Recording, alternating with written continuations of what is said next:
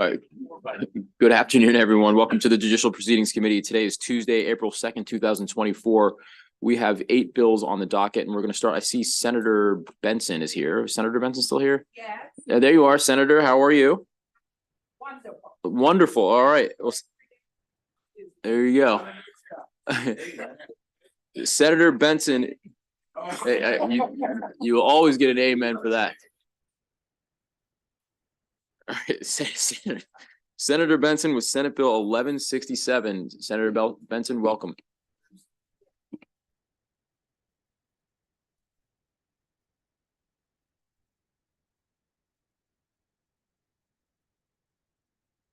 Good afternoon, Chairman Smith, Mr. Vice Chair, and members of this Judiciary Committee. I'm here to ask for your support. This bill is extremely important, and it is something that the governor seems to favor. And I'm hoping that you all will also favor Senate Bill 1167. This bill, real property, residential leases, fee in lieu of a security deposit, offers a groundbreaking solution to the longstanding issue of security deposits in rental housing, providing a viable alternative that benefits both landlords and tenants. Traditional security deposits, often equivalent to 2 months' rent, presents a significant financial barrier for many Marylanders seeking rental housing. While these deposits are crucial for landlords to protect against potential damages or unpaid rent, they can also pose challenges for tenants.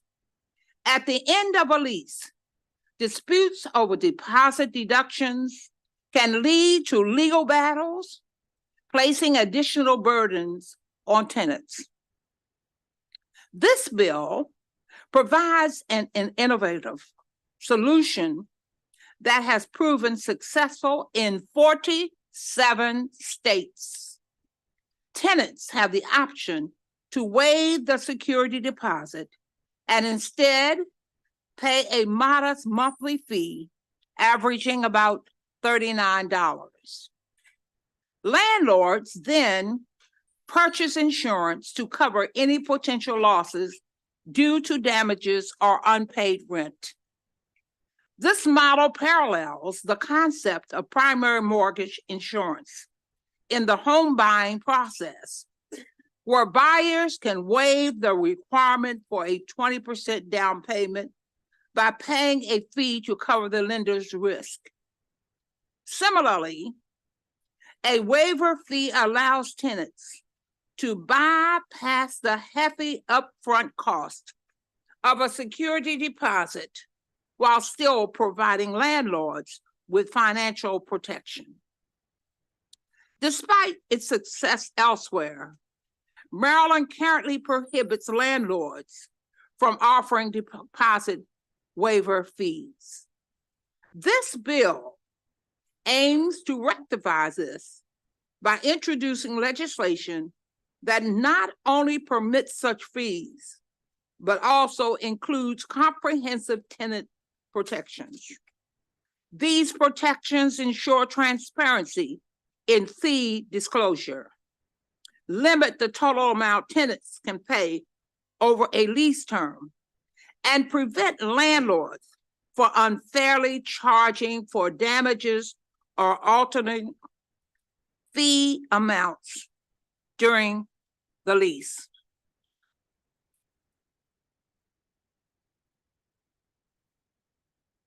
Furthermore, the bill addresses concerns raised by the Office of the Attorney General and tenant advocates over 4 years of collaboration It surpasses existing state law by capping waiver fees, requiring insurers to be admitted products, and instituting penalties for non-compliance.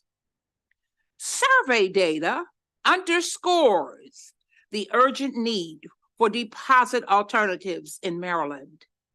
A vast majority of renters struggle with the financial burden of security deposits, with many forced into suboptimal housing arrangements due to affordability constraints. The survey also reveals strong support among voters for legislative measures that enable landlords to offer alternative fee options. In conclusion, this bill presents a rare opportunity to significantly improve access to rental housing for Marylanders. By embracing this innovative approach and enacting the strongest tenant protections in the nation, Maryland can lead the way in modernizing rental practices while ensuring the interests of both landlords and tenants are safeguarded.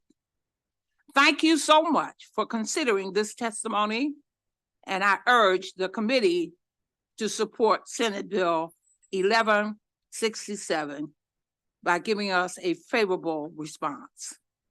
Thank you. So thank you very much, Senator. Questions from the committee? Senator West. Thank you, Mr. Chair. Senator Benson, it's so good to see you. Thank you. Thank you for bringing this bill. But I'm looking at the opposition of the Attorney General of Maryland to the bill. Have you had a chance to take a look at that letter that they sent? The attorney, it is my understanding that the Attorney General's representatives from the Attorney General's office and several of the tenant advocates and landlords, it is my understanding that they did agree basically to this bill. But I did get a visit this morning from a representative from the office of the Attorney General, and for some reason, they decided that they were not supportive of this bill because of some language that was indicated in the bill. Well, let me just read you one sentence and ask if you can respond to it. It says that Senate Bill 1167 would make it easier for landlords to Make it engage. easier for what? It says, the Attorney General says that your bill would make it easier for landlords to engage in unfair, abusive, or deceptive practices without adequate protections for consumers to obtain legal redress and damages for violations by landlords and insurers. I think, Senator, if you go back and take a hard look at the way this bill is written, I want to just say to you that I beg to differ with the thoughts from the Attorney General's office. There is an individual here in the room. I would ask Mr. White to step up if I could, Mr. Chairman, to answer that question. That would be extremely helpful. All right, well, generally it's a sponsor only, but if there's a direct. It's a sponsor only bill, so no, he's not able to answer the question. Question, go ahead. We'll let you answer the question. It is a direct question. If you have an answer to this.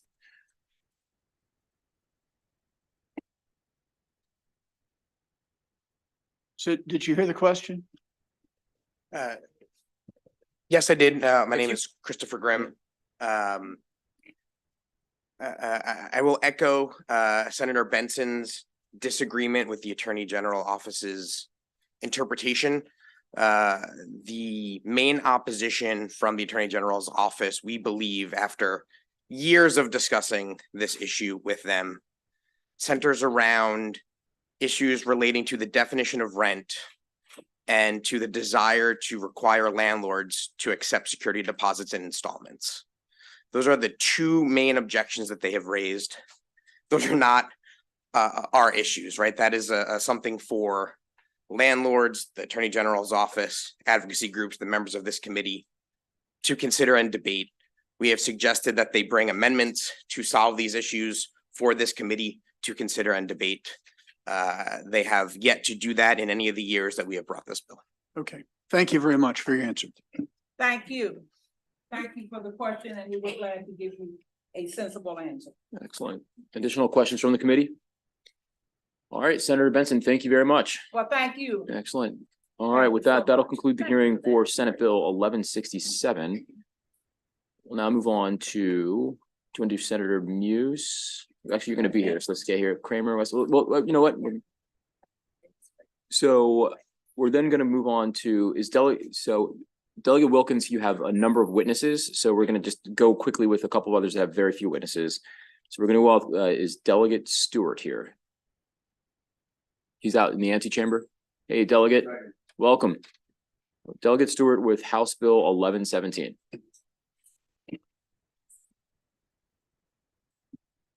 Thank you, Mr. Chair, Mr. Vice Chair, members of the committee. Great to see everyone. For the record, I'm Delegate Vaughn Stewart. This is House Bill 1117. This bill will be intimately familiar to all of you because we had a similar hearing last year where the House bill passed over and you guys were gracious enough to extend me the courtesy of having a Senate side hearing.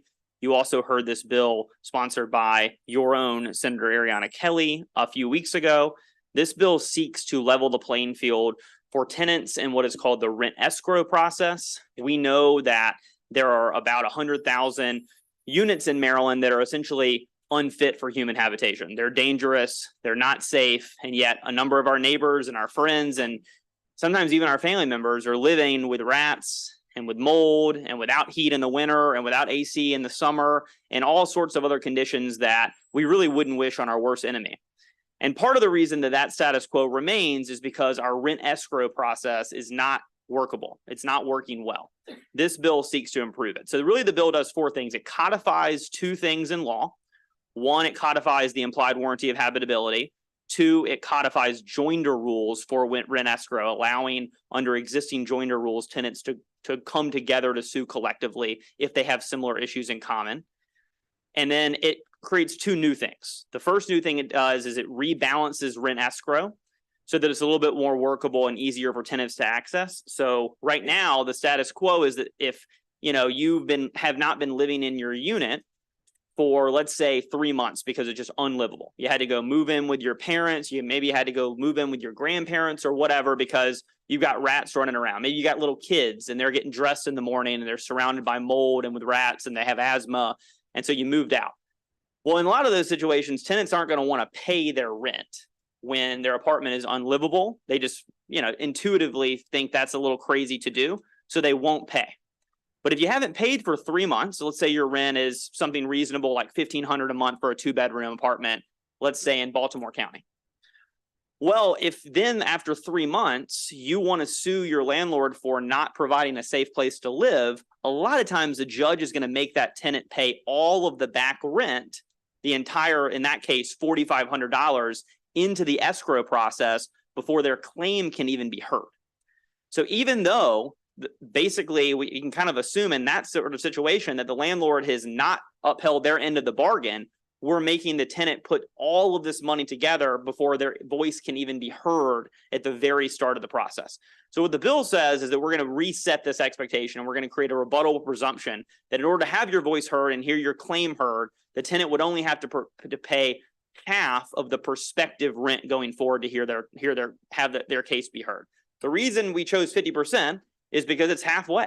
It's halfway between what the two parties will be arguing. The landlord will be saying that the lease says the tenant owes 100% under the lease. The tenant will be saying, hey, you haven't provided me a safe place to live. I owe 0%.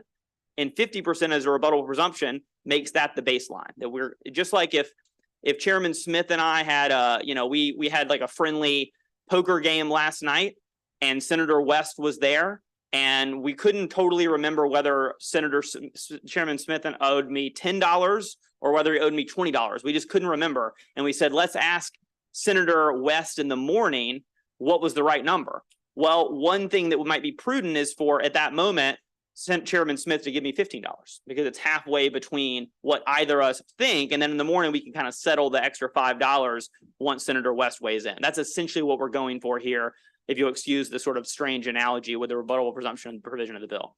The last piece that we add is that we allow plaintiffs under the bill to recover, we allow the tenant to recover attorney's fees if they prevail. And I know that this has proven to be somewhat controversial in the Senate committee. And as a result, I emailed everyone, you should have it on your laptops, 2 new amendments to the attorney's fee section just a couple hours ago. I think that the official DLS amendment came in and we sent it to committee council as well. So I want to read those to you because we do have an issue with the attorney's fee section. On the one hand, the reason it's in there is because we want tenants to be represented. We want to make sure that there's a financial incentive for them to actually have attorneys so that these cases are filed.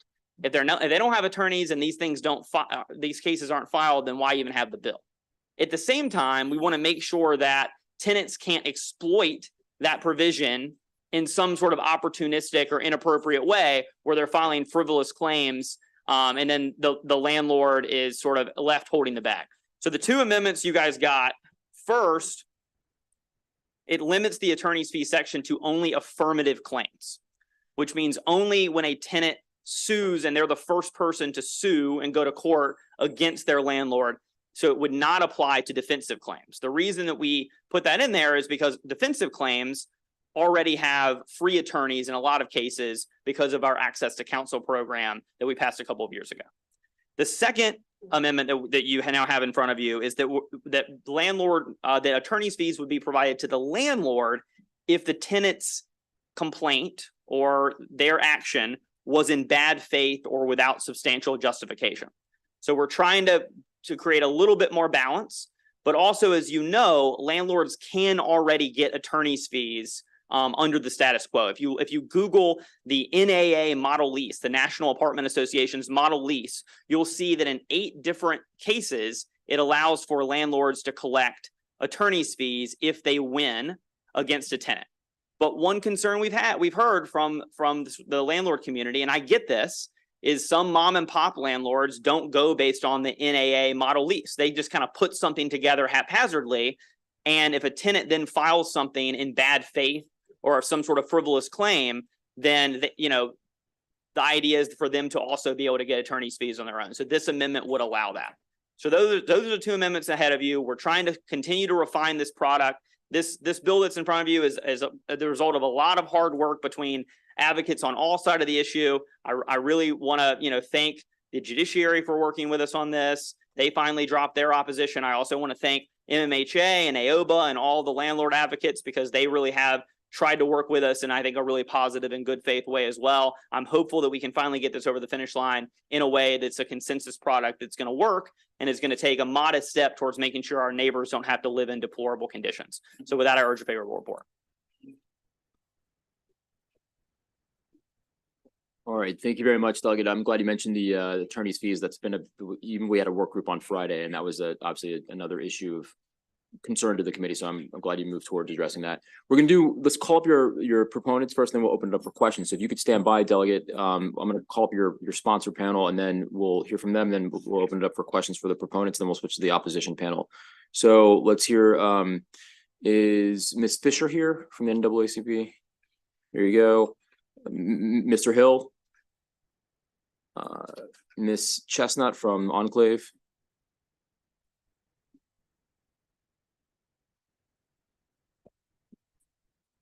and Ms. Fisher, if you'd like to step up to the podium and you can start. Excellent. Hello again. I'd like to thank you for the opportunity to speak once again about this bill. I just want to take a moment and remind you of where I come from. I'm from Mountain, Maryland, Allegheny County, born and raised. And in my community, we are seeing an increase of working class individuals that are at risk or have already become unhoused. This bill will give them the opportunity to not have to make that quick decision whether they live in a place that is safe and away from harm and is healthy, or if they're on the streets. What we are seeing is an increase in property managers taking over our landlords, not all of them, but a majority of them. And we are seeing that tenants are afraid to apply or say anything about the conditions that they're living in, because if they do, they can't rent again. So if we have three major property management companies in a small community and they're controlling all the rental properties and you can't put your rent into escrow because you don't have the money, you're sitting and living in those conditions. So I ask that you please come back favorable on this bill. It really will make a difference in the rural areas of Western Maryland and the Eastern Shore. I ask that you support this so that the tenants have a fair shot and a fair chance to be able to stay in their homes. Senator McKay said he likes long-term tenants. He wants his tenants to be happy. Well, tenants want to live in a healthy environment, in a safe environment. They want to pay their rent. They want to make that their home. This is not about the landlord that is doing the right thing. It is not about the tenant that's doing the wrong thing. It's about the tenants who are doing their best, that are our nurses, our doctors, the ones that got us through COVID, being able to live in a place that is safe and secure and call it home. So again, please vote favorable on this bill. Thank you.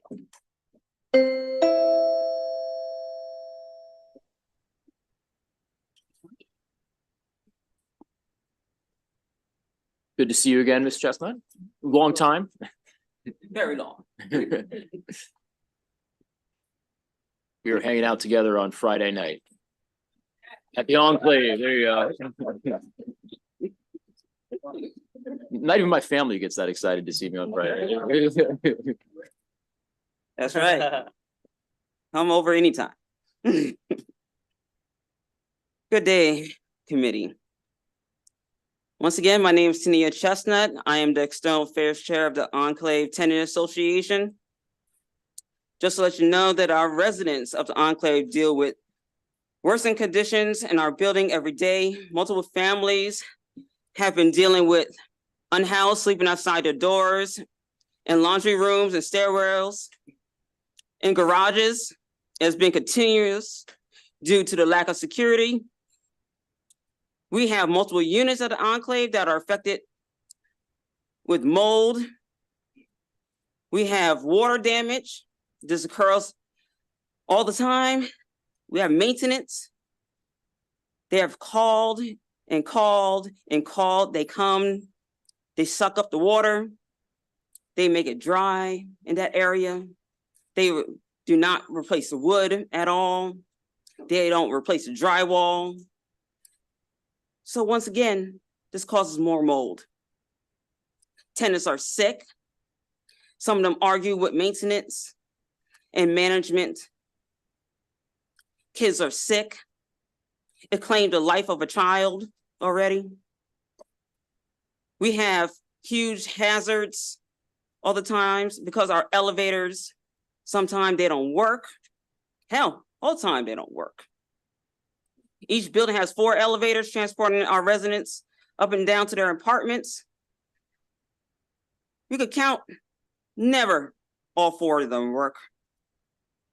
If it rains, the elevators, hell, you count at least one going down or someone's gonna get stuck in them.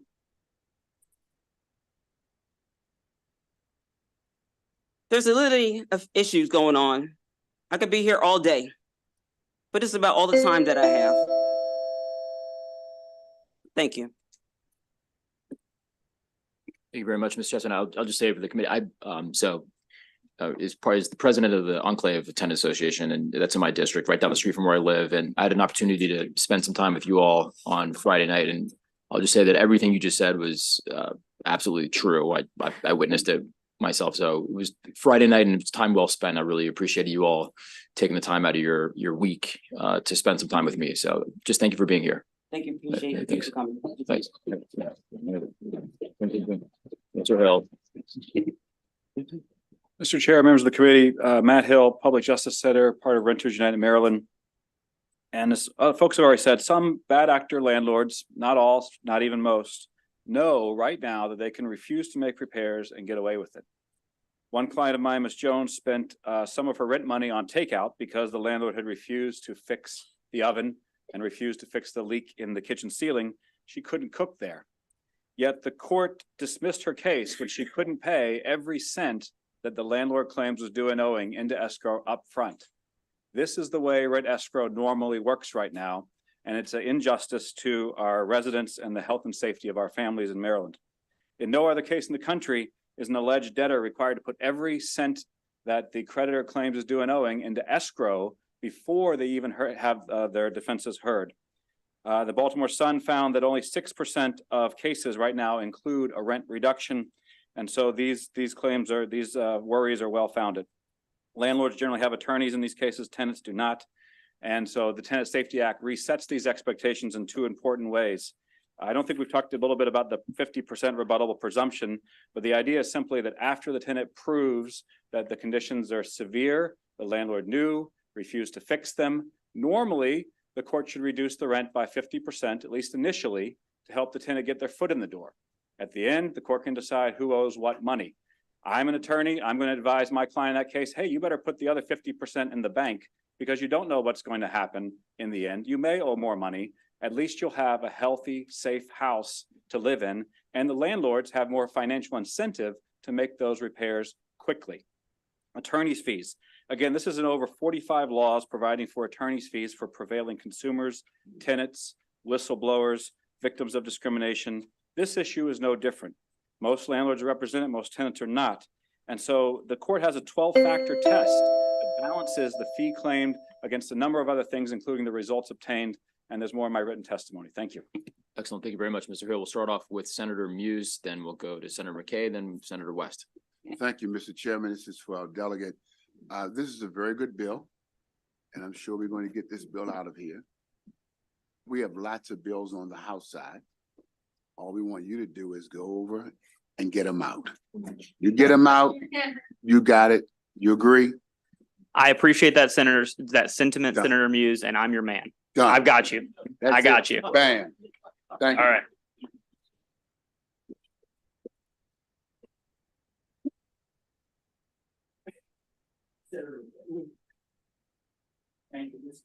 For Ms. Fisher. Yes.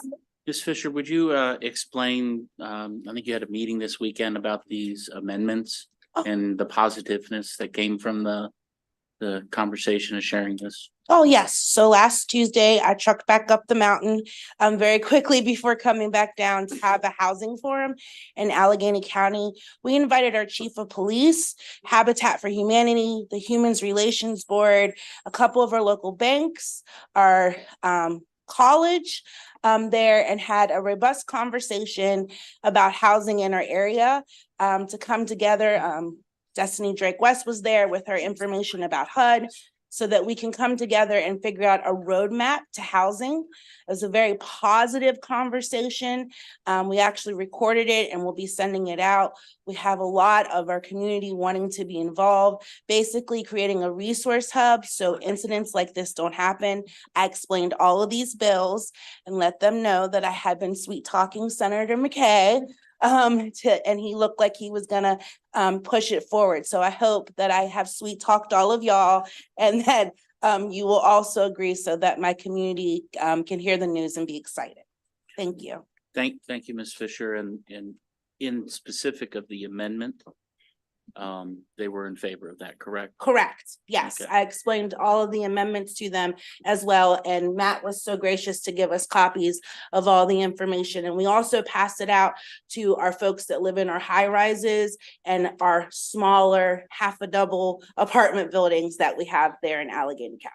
Perfect. Thank you very much. You're welcome. Appreciate that. I like how we're crowdsourcing amendments now. I like that. All right, Senator West. Thank you, Mr. Chair. Delegate Stewart, if I could ask you two questions. Of course. Two areas of questions. First of all, I really want to thank you for these amendments. I think they're very helpful. The original bill only required the landlords to pay the attorney's fees of the tenants, and now it goes both ways.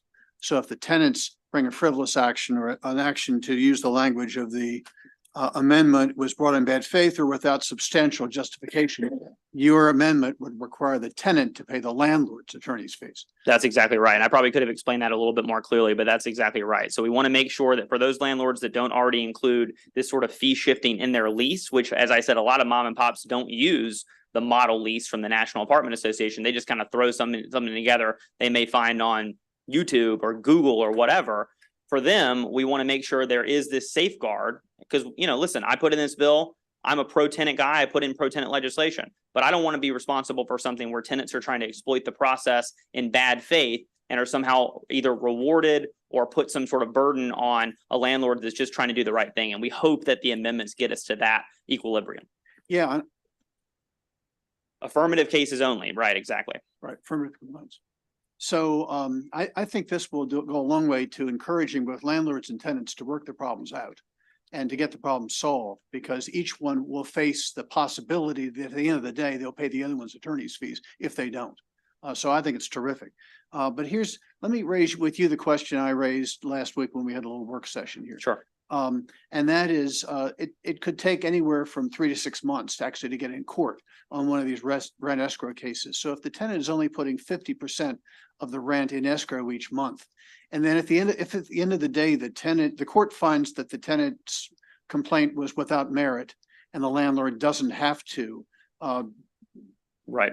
do remedial work in the unit, all of a sudden now the tenant has, at 50% a month for 6 months, has 3 months worth of rent that the tenant has not put into escrow. Right. Many tenants don't have 3 months worth of rent at their disposal to all of a sudden pay to the landlord. Right. Isn't this bill going to result in more tenants being evicted because they don't have that 3 months worth of rent to pay all at once this case comes to an end? Sure. I appreciate that question. And I think that Mr. Hill addressed it to some extent, which he said, as an attorney, he would advise his clients to make sure they're hoarding away some money, because just because they're only paying 50% up front doesn't mean they're not going to have to pay 100% and maybe more down the road, especially if their claim is frivolous. So Well, I'm you hoping would that. hope and expect that would be the Yeah, case. yeah, no, absolutely. But But people are people, and yeah, it's fair to assume that some people are Right. not going to put the money away. Yeah, and I think that what you raise is a totally legitimate issue, and I don't mean to diminish it, but I would say that every bill that we have is a balance, and you're going to have pros and cons, and you have to imagine the world and squint that we're trying to create.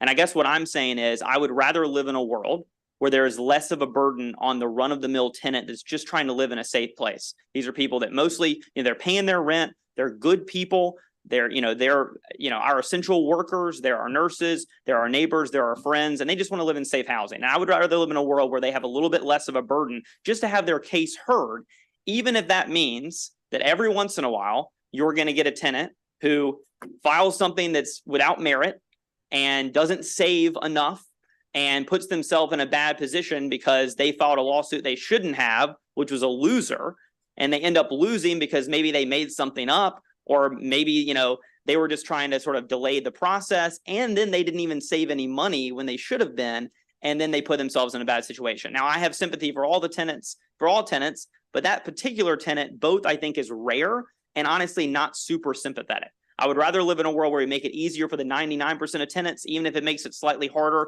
for the opportunistic ones, like you're saying, than live in the current world, which is not working. Okay, I appreciate your answer. Thank you very much. Thanks. Further questions from the committee? All right. Delegate Stewart and members of the panel, thank you all very much. Good to see you all. Thank you, Mr. Chair. We will continue our work on this bill. I got you. I'm your man. You know where to find me. All right. All right. Well, that concludes the testimony for the proponents of the bill. We'll now switch to the opposition. We'll hear from Ms. Howard and Mr. Anlu.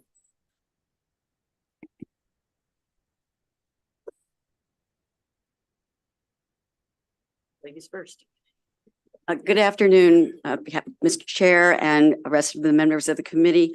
I think that this bill has come a long way, and I think that is important for you and for us to realize. However, we still have some problems with this bill and are in that case opposing it. On page 4, there is a catch-all provision that has not been struck from this bill that says that there is in addition to any other defense that has not been categorized, has not been explained. When you say any other defense that is supposed to be brought into a rent escrow situation, I imagine a consumer protection violation being added on, an invasion of privacy being added on, retaliatory eviction being added on. None of those things belong in a rent escrow case. And I really think that that language should be struck out of this at this point in time.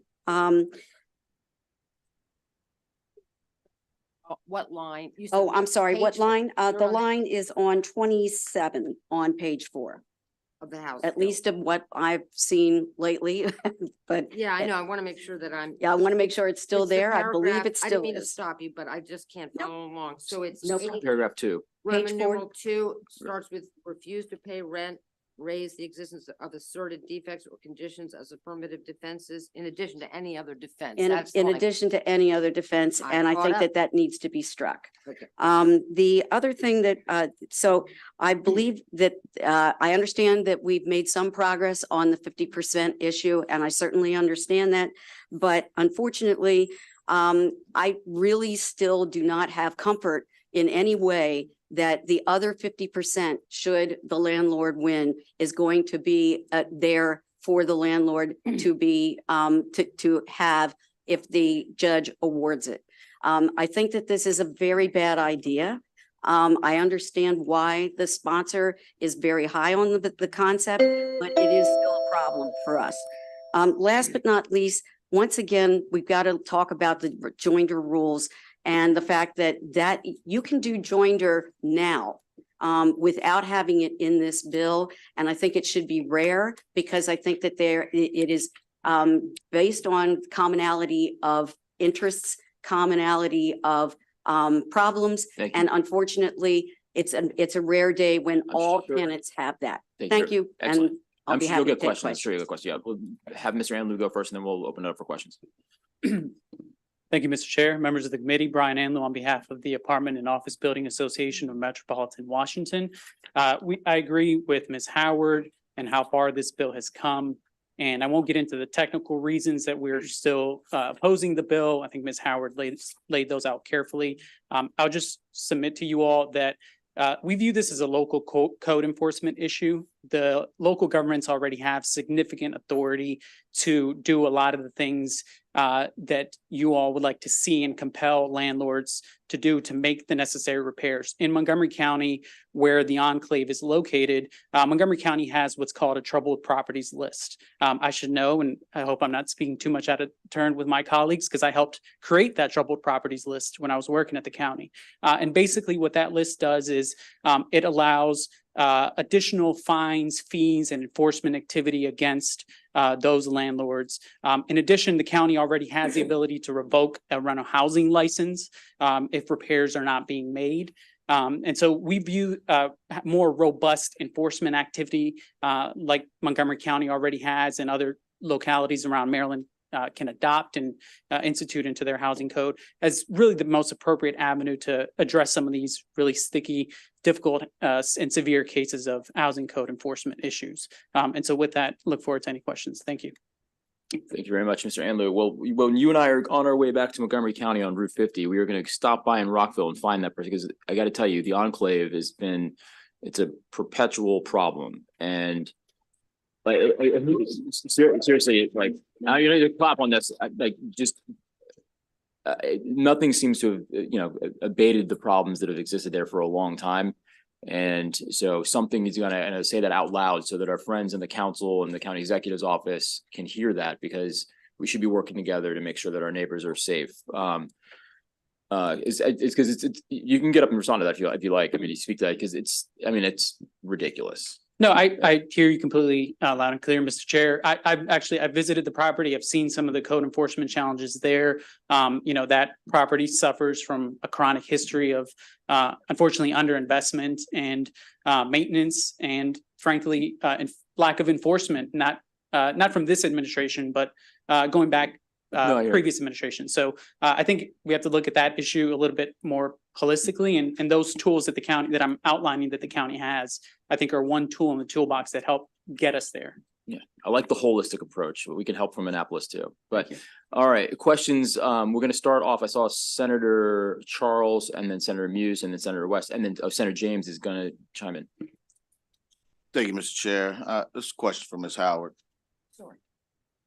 So who do you represent again? The Maryland Multi-Housing Association and Regional Management, Inc. We are a founding member of Maryland Multi-Housing Association. Okay, do you live in an apartment or a house? I used to be an apartment dweller, but I am now a homeowner. Homeowner? If your house got a lot of mold in it, would you put paint over the mold? Or would you do mold remediation for your own particular house? I would do two things. One, I would figure out where the water intrusion is that's causing the mold and deal with that first. And then, of course, take remedial steps to get rid of the mold. Right. And if you are a renter in an apartment, you can't do those things. So you have to rely on the owner or the management company, correct? Yes, that's true. And I will tell you, as part of Regional Management, Inc., we take those things very seriously. We hunt for what the source of the problem is, and then we fix it. And then we do whatever needs to be done to make it look, the habitability come back as if it were, where to make the fix. The fact that this bill is in right now and we have so many different folks that are here to speak on it, it's obvious. It could be obvious that that isn't necessarily happening, correct? That a lot of issues are still moving forward and nothing is getting fixed sometimes? Yes, it obviously, particularly with regard to the property that we're talking about here, I think that what I said about the joinder rules is really something that I think that whoever is representing or should be representing these tenants, the joinder rules, it sounds to me like there is a commonality of interest amongst all of those tenants, and they should be suing pardon me for telling the truth. They should be suing their landlord and getting some sort of sense out of that. And the rules that are on the books right now, in the Maryland rules, say that they have commonality of interest and they should be joined together in doing that. And then and whatever would be the outcome of that, I imagine it's going to be good for them. Considering what I've heard today, if I were the judge, I'd say, they deserve to not only get it fixed, but have some kind of, recompense for how much they've suffered.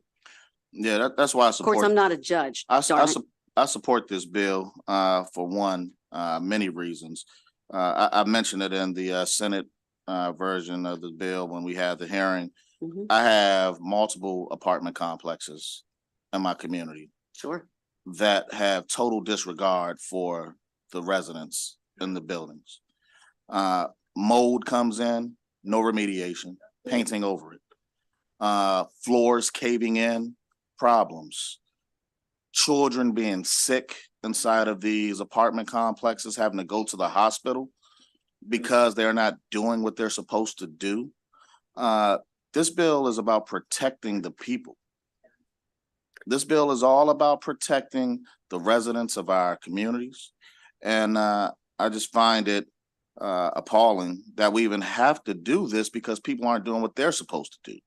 Well, I think that it's not just that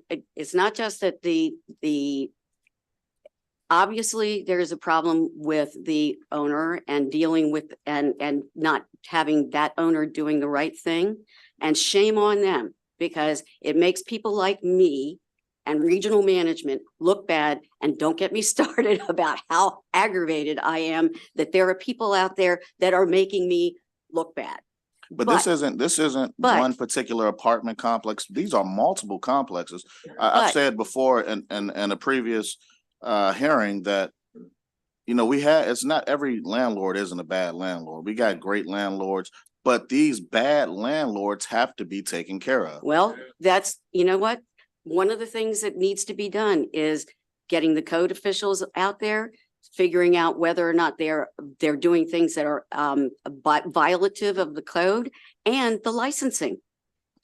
How are they still getting their license? And if they aren't getting their license, then somebody needs to join everybody together and do something about that through the court system. All right. Thank you, Ms. Howard. Thanks. I support this bill, Mr. Chair. I hope we move it soon. Thank you. Thank you very much. And this question would be for either one of you. I do think this is a good bill. I think it's a long time overdue. I read the bill and its history. I listened to what you've said as well, and it appears that there are just three small places of disagreement. I know you're in opposition because of those places of agreement. What I would ask is that you would go back, bring some amendments to us that we can put on this bill, and then we can leave and you can change your position to support with amendments. Can you do that for us? We will certainly look into it. Yes. Thank you. Other than that, we're going to pass the bill, but I'd like to pass it with your blessings. And so come up with the amendments because we're going to pass this bill. But we Thank you. appreciate that. Okay, thank you. Thank you, Mr. Chair. For Ms. Howard, I've got two questions for you, if you would. First, on this question of joinder, I'm looking at the bill. There are two sentences. It says multiple tenants may join as plaintiffs in an action under this section in accordance with the Maryland rules on joinder. First question is, why do we need that? Can't the tenants join right now under the Maryland rules on joinder? Why do we need a statute which says you can join in accordance with the Maryland rules on joinder? I agree with you. That's why I'm trying to say I'm not sure that that needs to be in the bill because it's already under the Maryland rules, unless I have no idea why that's necessary, because the Maryland rules are the Maryland rules, and everybody who qualifies for using those rules, then you get to do that. You just find a lawyer and get them going. And then the second sentence is the court may order separate trials or issue any other order necessary to prevent delay or avoid prejudice. Doesn't that speak to any issues that might arise through joinder that you sort of suggested might occur? Right. And give the court the power to make sure that justice is done? Right. The joinder rules are very clear that it is up to the court to figure out whether or not how to deal with the issues that are before it, and whether that's going to be through joinder or through some other means. That's how that is supposed to be done. Okay. And then my last question relates to the proposed amendment that Delegate Stewart brought to us on attorney's fees. It struck me when I read that's going to be a salutary development, because it's going to hold both sides' feet to the fire. The tenants don't want to raise frivolous complaints that are going to result in their having to pay the landlord's attorney's fees. And the landlord doesn't want to pursue an action where he knows he's going to lose down at the end of the road and then have to pay the tenant's attorney's fees. So don't you agree with me that having that cross responsibility to pay each other's attorney's fees is going to help to solve these problems? I believe that's true. I think we talked a little bit with the sponsor when it was on the House side about the issue of both people being litigants to be able to have a level playing field, if you will, on that. Good. Thank you very much. Thank you. Thank everybody. I came in just a little bit late, and I'm reading the Maryland Judiciary's comments on this. I don't know if you had a chance. No. Some of it has been brought up by other people. I mean, I don't think anybody in the room, I think everybody in the room is appropriately appalled by what some tenants are going through and how some landlords are acting. So these questions are really about, what's the best way to assist in, whether it's statutorily or not, create a remedy or help enhance the remedies we already have. So I guess one of the things that caught my eye from the judiciary is they are saying, look, you have two different potential causes of action, one for rent escrow and one for the warranty of habitability. Right. Now, I'm not sure that's true, so I wanted to ask you, did you agree with that particular notion of theirs, where what they're worried about is you sort of already have two causes of action in the world. Now you're kind of combining them a little bit under this statute, and it's a little unclear how they would be pursued once they're combined. And yeah, I understand exactly. I understand your question, and it is kind of difficult Yeah, to I'm figure struggling out. a little bit. Rent escrow essentially is an action where you're dealing with rent potentially unpaid, or it's an affirmative defense to not having paid rent Right. because you have a problem in the unit.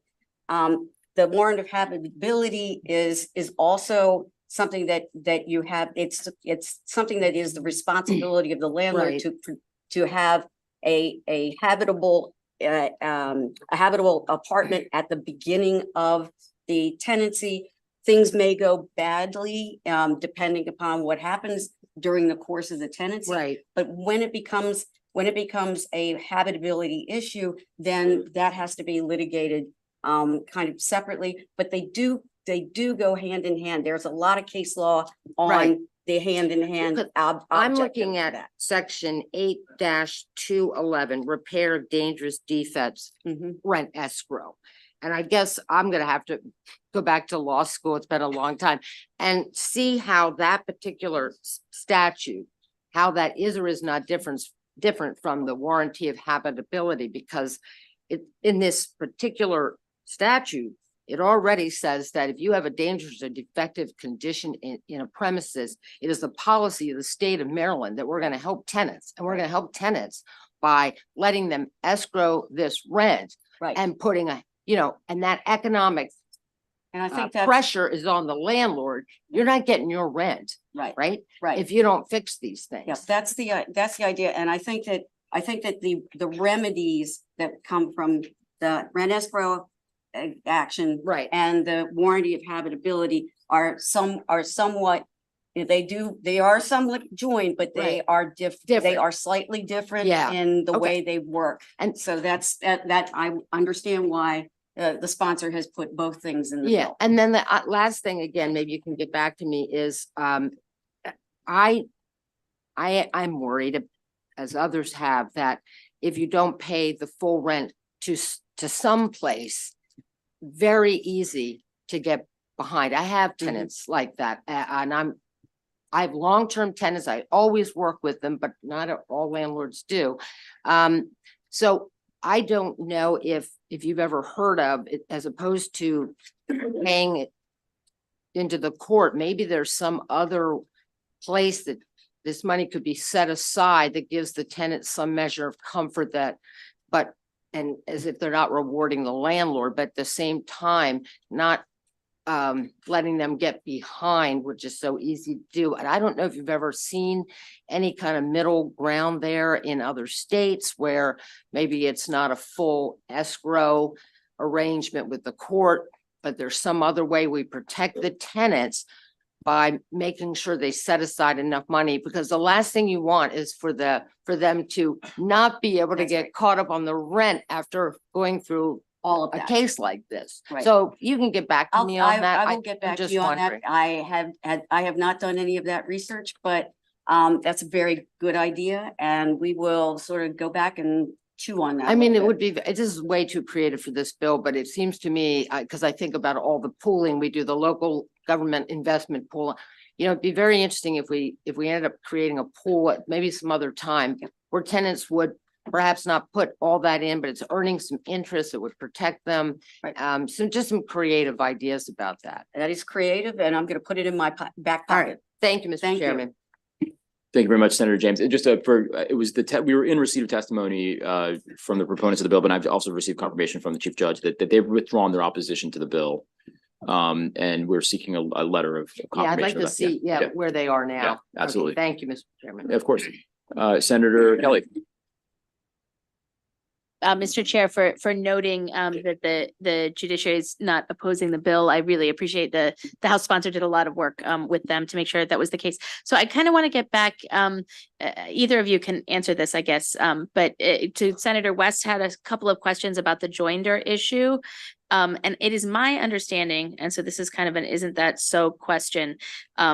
So hopefully you agree that my understanding is that the intent of codifying the joinder rules is because those rules are not well understood by the judges, and codification, if I remember correctly from this committee's field trip, would trigger that training for the judges so that we would really elevate the understanding of the existing rules. And so that's why I think it's important that that be in the bill. Isn't that so? Yeah, well, I kind of, I think we need to talk to Judge Morrissey more than we need to talk about putting this in the bill, to tell you the truth. I mean, yes, we want to make sure our judges know what they're supposed to be doing and know the rules. So we're not opposed to doing what we need to do to make sure that the judges know the rules. Because what we heard on our committee field trip was that the trainings were coordinated based on the policy changes that we make here. So that's, I think. Yeah, they do. Yeah. They do. I think I've done a couple of things at the judicial conference, a couple of which is sort of a wrap up of what happens here each year. And there's always something to tell them. That's for sure. But I'm just not sure that codifying joinder into this particular bill is the answer. We just need to make sure that the chief judges of, especially the district court, knows I'm clear. Make sure they're clear. What's the downside for codifying the joinder? The downside, I think, is that you're going to have, I mean, well, if they're going to make up either way, they're going to be the people who are the arbiters of whether or not a joinder happens. Right. So in the end, but I am concerned that the lay people who are going to be looking at this, the tenant associations and things like that, are going to think that is a mandate as opposed to a situation where it's really left in the judge's hands. Okay, wonderful. That's what I'm concerned about with that. I think it may, maybe is not going to be, we can educate the judges, but I'm not sure we can always educate the general public who are not lawyers. Thank you. Thank you, Mr. Chair. So, Ms. Howard, you are a former president of the Maryland State Bar Association, and you, along with me, for many years, were on the Board of Governors of the State Bar Association. You probably have spent more time with judges off and on than almost any other person who's not a judge in the state, wouldn't you say? Yes, I think I happen to live with one of them. Yeah, but anyway. That's right. Your husband's a judge. And isn't it fair to say that the judges are not unfamiliar with the state's rules on joinder? I think that most of them know, they certainly know it when they hear it and see it, and then they can go look at the rules like everybody else. Thank you. All right. Further questions from the committee? All right, before we wrap up, I just want to say thank you both. I know you've been at the table as we've moved through this process, and your input's been invaluable. So thank you. We'll continue. Thank you. Look forward to continue our work together. But thank you all for the testimony. And also want to make note that Delegate Wilkins is here, who is also representative of District 20, which the enclave is in. So just want to thank her for her work as well. And I know she's got a bill coming up. So just wanted to publicly acknowledge your presence here because I know you've been watching. All right. That will conclude you gotta look out for your delegates, man. You gotta help. All right. That'll conclude the hearing for House Bill 1117. So we'll now, do we have any House members in the House? Let's go to Delegate Wilkins with House Bill 477.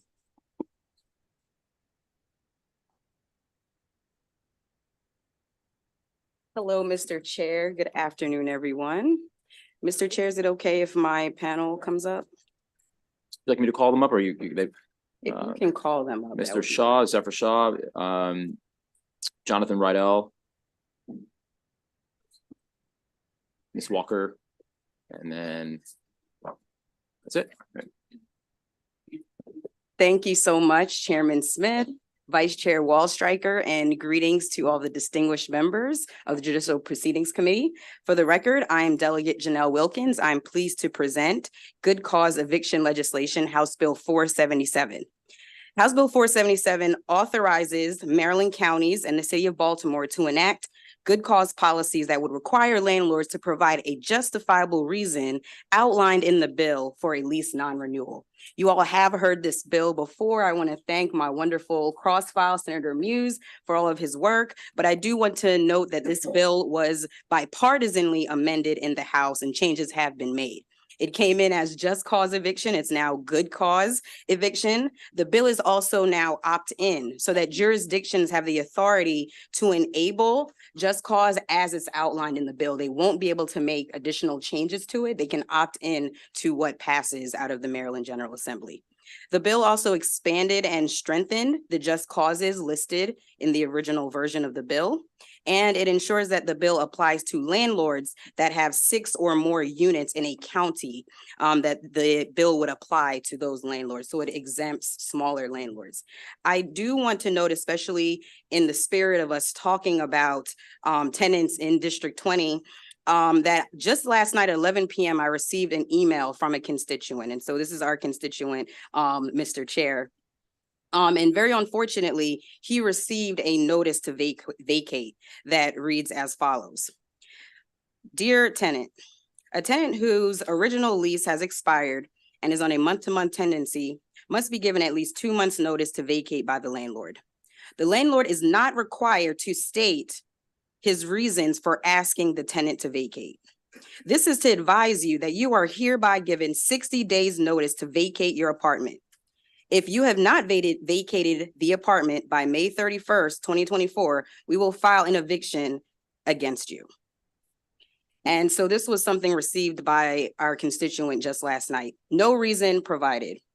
And this tenant just so happens to have filed various complaints with the county dealing with lack of heat, dealing with lack of hot water in the building. And this tenant also happens to have helped to form a tenant association in their building. But again, no reason is provided and the landlord gets to decide that this person has to leave. So the foundation of this bill is that every single tenant should have a right to stable and secure housing. And whether it's this tenant or others that represent all of our jurisdictions, displacement is debilitating and they should have a reason, a fair, justifiable reason for why they're losing the roof over their head.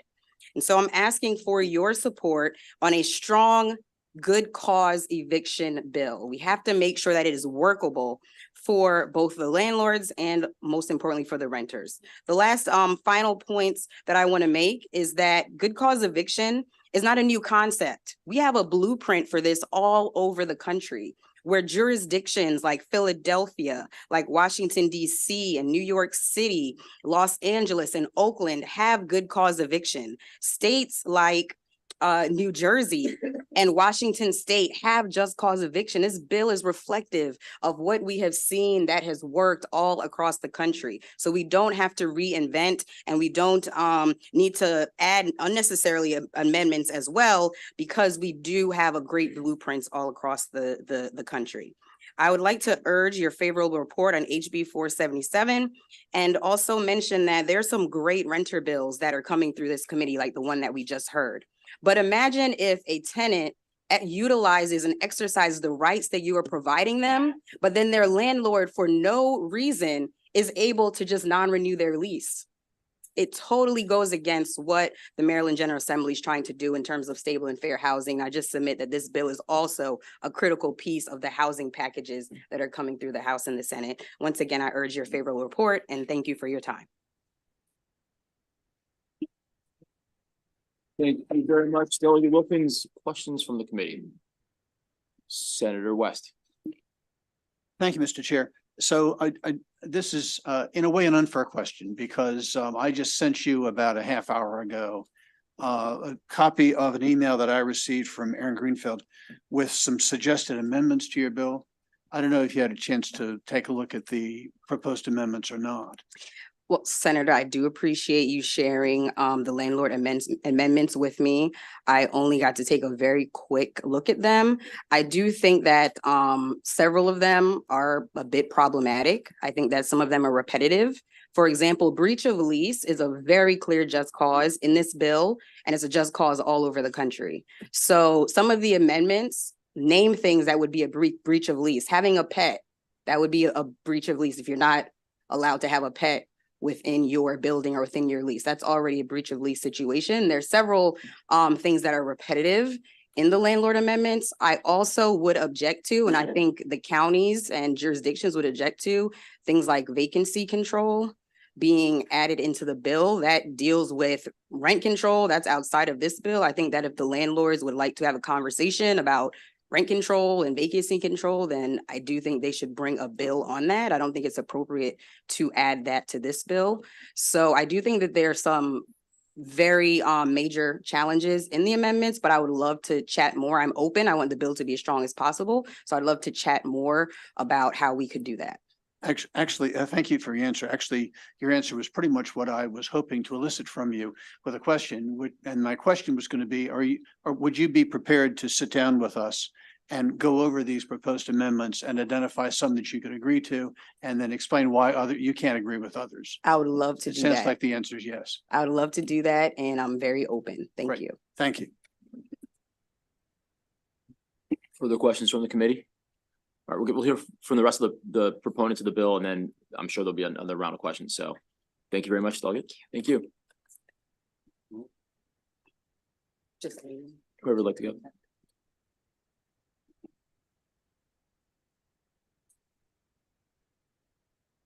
Good afternoon, Chairman Smith and Vice Chair Wallstreicher and committee members. My name is Elsie Walker, and I have been a renter for more than 2 decades. I have been a renter at Arrive Wheaton for almost 6 years. I am president and co-founder of the newly formed Arrive Wheaton Tenant Association. Our community has about 600 apartment homes housing a diverse community. Recently, my rented community was taken over by a corporation based in California. Soon after the takeover, new management began what we believe is a campaign to target low-income and active tenants like me, pursuing promised and required services in our right. After a series of abusive communications from the new management and a reduction in amenities without any reduction in rent, I and several other residents began to organize a tenant association. Despite numerous attempts by management to obstruct our efforts, we elected officers in January, and soon after the officers received notices to vacate without any explanation as to why. We know the reason. We are being retaliated against for seeking our rights and working collectively to improve the quality of our life in our community. Without just cause protection, our abusive property management and landlord have unfair advantage over us. We are afraid of losing our homes without justification, and this must stop. I thank the House of Delegates for voting in favor of legislation 95-35. And to Senator Muse and co-sponsors here in this committee, and all of you who support this important legislation, I and my neighbors urge a favorable report. It is terrible how you can just be told after living somewhere for years, oh, you gotta go.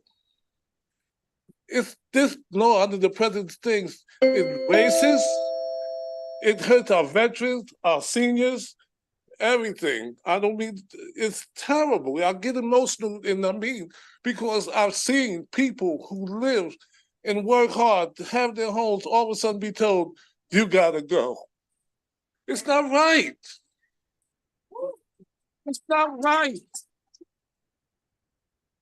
All this does is give these landlords the ability to practice racism, homophobia.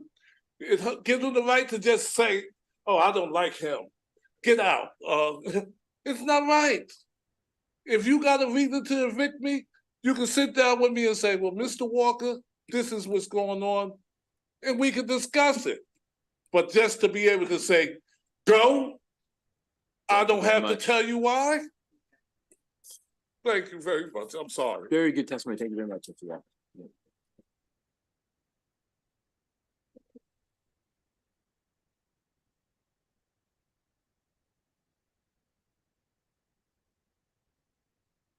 Thank you, Chair Smith, Vice Chair Wellstreicher, members of the committee. I'm Zephyr Shaw from Maryland Legal Aid. Between 2020 and 2030, Maryland will have added nearly 100,000 new households earning less than half of median income. About half of those new households in our state will qualify as extremely low income, and about another half will qualify as very low income. Many of these households will be seniors. Many will be people with disabilities or young people who are priced out of owning a home. Based on current conditions, and I'm quoting the Maryland Housing Assessment from 2020, these households will face increased competition for a small number of affordable homes and high rates of cost burden. And that's the context of this bill. And I hope you'll consider that as you bring this bill to a vote very soon. I know you all and the governor and the rest of the General Assembly understand that we are in a housing crisis based on lack of supply. And there are policies to create more supply for renters and as well as homeowners. But how long will that take? Do you imagine that the children in the back of this room, let's say they're 8 years old, do you imagine that they will benefit from policies, supply side policies, before they're 18 or before they're 22 and out on their own? Children grow up in a flash. I know you know that. They don't have the luxury of waiting for housing security based on supply alone. I want you to consider your values as you consider this bill. You don't want that 8-year-old child to be displaced from her home and her school. You don't want her family to leave your district because they had to pursue jobs elsewhere in the state after being non-renewed. This bill reflects your family values and your economic values and your community values. Whether you're a liberal senator or a conservative senator, we urge your favorable report and passing this bill this year. Thank you.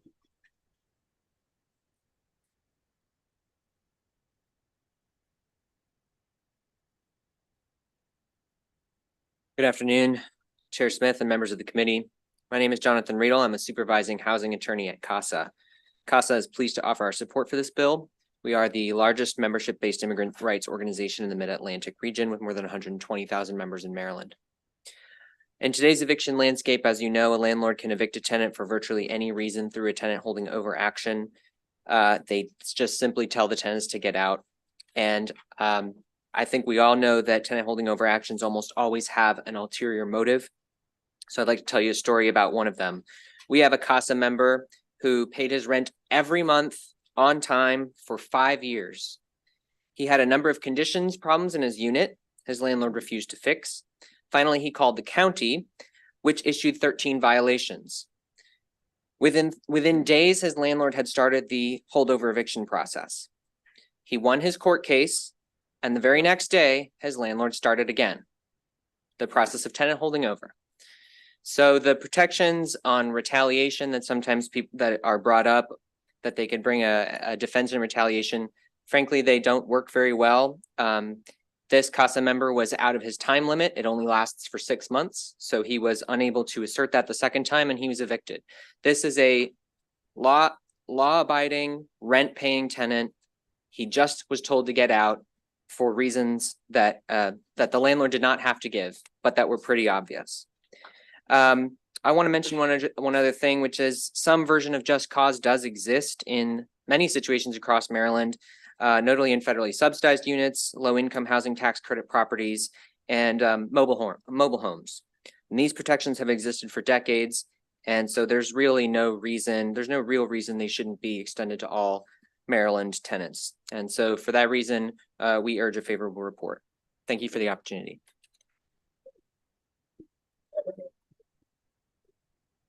All right, questions from the committee? All right, thank you all very much. Thank you. All right, well, now that'll conclude the testimony for the proponents of the bill. We'll now switch to the opposition panel. Mr. Enton, Mr. Anlu, and Mr. Castelli.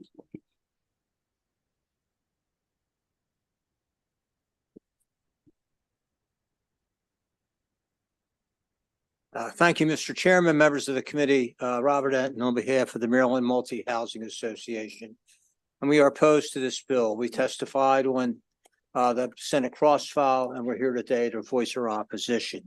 Now, to us, I think there are two issues. One is, as a matter of general principle, are you going to pass a bill which would be the only type of contract in the state of Maryland that has a term, and one party can say, the term's over, I'm done. Or the other party can say, you know what? You can't leave. You can't terminate. I don't want to terminate, so you must stay. That is a basic fundamental of contract law. And as a matter of principle, I cannot think of any other instance under Maryland law where each party to a contract doesn't have the right at the end of the term to walk away. That's number one. Number two, when you look at the bill and the details of the bill as passed out of the as passed out of the House, the bill was significantly amended. Pretty much the whole bill was stricken and new language was added. But this is going to be something which is going to now come up in every case, regardless of whether you have a 6-month lease or a 1-year lease or a 2-year lease. Because unless you can meet the requirements and satisfy the court as to the specific criteria in the bill, you can't terminate it. So the bill uses the language substantial. What does that mean? Routine. What does that mean? Repeatedly. What does that mean? These are all terms which are extremely vague.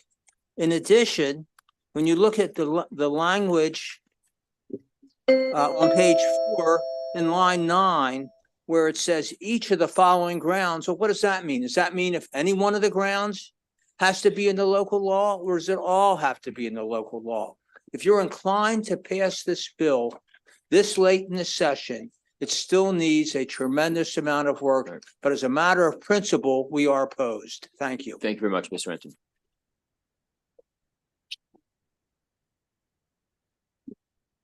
Thank you again, Mr. Chair. Brian Anlu on behalf of the Apartment and Office Building Association of Metropolitan Washington. AOBA members operate in DC, which has good cause already in place. I submitted with my written testimony an article in the March 15th Washington Post that detailed some of the challenges that apartment building owners in DC have had with evicting people who are breaching their lease by smoking in their apartments.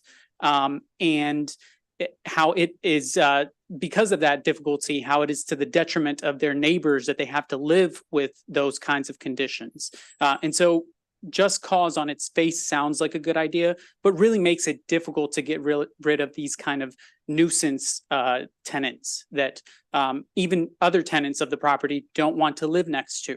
And so I would urge you all to take a very close look at that specific issue. I did want to also touch on the question about vacancy control, since that came up. It wasn't in my original testimony, but why that's important. So in Montgomery County, which has rent control, they have tied rent control to the issue of vacancy control. And what they've essentially said is, without just cause, landlords have a perverse incentive to not renew a tenant, to be able to jack up rents back to market levels. There's no evidence of that happening, but that is the argument that the local counties have, elected officials in Montgomery County have done and are about to do in Prince George's County, which is also going to institute rent control there as well. And so in the absence of just cause, you know, they have instituted vacancy control. And so what we're saying is, if you have vacancy control, you should be an either or situation. If you believe that there is this perverse incentive and the state gives you the authority to institute just cause, you should not also be able to limit the amount of rents that can reset when a unit turns over. And so thank you. Look forward to any questions.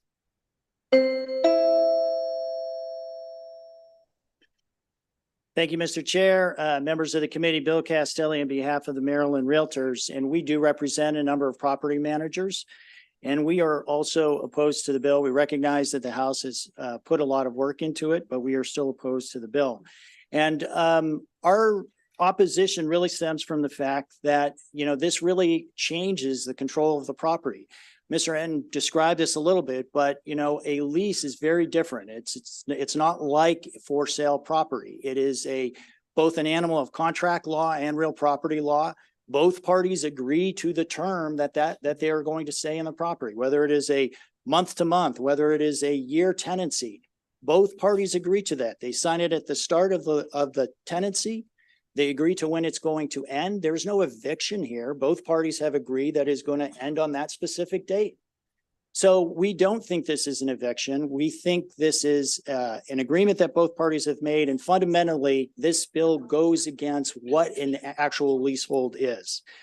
Secondly, we do think housing supply plays a role into this. We hear sometimes the argument is, well, tenants aren't in the same position as landlords. The landlord has the control of the lease and filing the lease, but there is an imbalance in that relationship when they go to sign those contracts, because there's an imbalance in housing supply. And the previous panel talked about it. We have over 150,000 unit deficit of affordable housing in this state. That creates an imbalance, and it makes it difficult for tenants to find affordable housing, and it creates competition between them. It makes it difficult for a tenant to leave a bad situation, knowing how difficult it would be to find another affordable unit. So we don't think this is the right solution to a lot of these problems. We think it imbalances the control between the landlord who owns the property, bears most of the risk of the property. And for that reason, we encourage an unfavorable report. Thank you very much. And this is for either of you. I read the bill as it came in, and I read the bill that the House sent back over to us. They put a lot of energy into trying to meet all of the concerns that you all had on this bill. So obviously it can't be that much left. Would the three of you all get together with us and help come up with some amendments that will move you all towards supporting the bill? It's a good bill. It came in, it had problems. I know it did, but I also know that my colleagues worked very hard to try to meet you all, and I think they went beyond the 50% threshold. So I'd like to see you all at least quickly get to us with some amendments that will address your concerns. Nobody's going to walk away from here with everything that they want, but we can walk away giving more to the people than what we are in light of their contentions. That's what I'd just like to see you all do. I mean, I can only speak for myself. I mean, we are always happy to sit down and have conversations about these things. I do think, we do have some concerns with the fundamental nature of this and the way it changes the lease, but always happy to sit down and have conversations. Thank you, because that's all I'm going to, if you all would do that, we would meet you all the way and trying to craft something that doesn't gut the bill, leaves the power of the bill, but certainly will meet some of your concerns. I am very surprised at the House. Well, nothing surprised me in the House, but anyway, okay, that's good. Thank you. Thank you, Mr. Chair. I got a first question for Mr. Castelli and then a question for Mr. Enton. For Mr. Castelli, as I read the bill, I'm on page 4, lines 5 to 8. It says county may enact provisions that prohibit a landlord from, quote, failing to renew a lease, close quotes. So suppose the landlord wants to increase the rent. That, in my book, the word renew doesn't involve changing the lease in any way. It's just renewing, extending the term of the lease. Does this bill permit, in your view, a county to effectively enact rent control by not allowing the landlord to change the terms of the lease? I think there's concerns about that language specifically and about that specific concern in terms of, is a judge going to make a decision about, is this a renewal? Is it a new lease because you have it? And maybe you get caught in a situation where the judge says it is going to be renewal, even though it is clearly a new term with a new, very specific term in it, which is the new rent. So we don't know. And I think that's part of the concern about some of the provisions in here is that it is left up to the judge to say, what is a substantial breach? What is illegal? Is a tenant committing illegal activity? Does it mean that there's a court that's actually issued a judgment against that tenant, or is it that you can show some evidence of an illegal activity? Well, along the same lines, let me just use a hypothetical. Suppose a particular tenant has made himself intolerable to his neighbors by, say, smoking pot heavily, and the walls of the unit don't prevent the smell from creeping into neighboring apartments. And the landlord wants to change the lease to say it will not be permitted to smoke pot in this building. Would this bill prevent the landlord from changing the terms of the lease to prevent his tenants from smoking pot? I think that's the problem that Mr. Anlo just spoke about, is in DC where they have this law where that would be breaching, the judge has said no. So, it would depend. We will see. We will see what the judges make a decision about. But yeah, that could be a possible result. So if it's possible that if this bill were enacted, that we would freeze into place the existing terms of existing leases for 10, 20, 50 years into the future, because no one could change them. They would simply have to, quote, renew them from year to year, even though conditions change, times change, cultures change. Do you agree with that? Well, I would say, again, it would depend, we would have to see how the judges rule on that to make a decision. That's what I think some of the concern is on our part, that we get locked into such a situation like that. But I mean, I can't sit here and tell you that, that is exactly what the judges are going to rule. We do know in the situation on the smoking that judges have ruled that way. Well, let me just suggest in conclusion with you that wouldn't it make sense for the legislature in passing a statute to make sure that the statute we passed is not ambiguous and would not require a judge to try to interpret what the word renew means? Shouldn't we define the term clearly in the statute in order to avoid any ambiguity? Yes, absolutely. Yes. Thank you. Mr. Enton, let me ask you.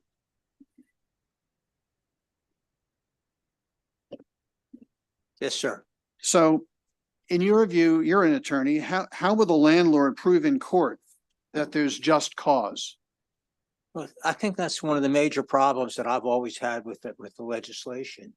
And that is, you have a tenant that's a problem tenant, and that does happen. That's reality. But how are you going to prove it? Where does hearsay come into it?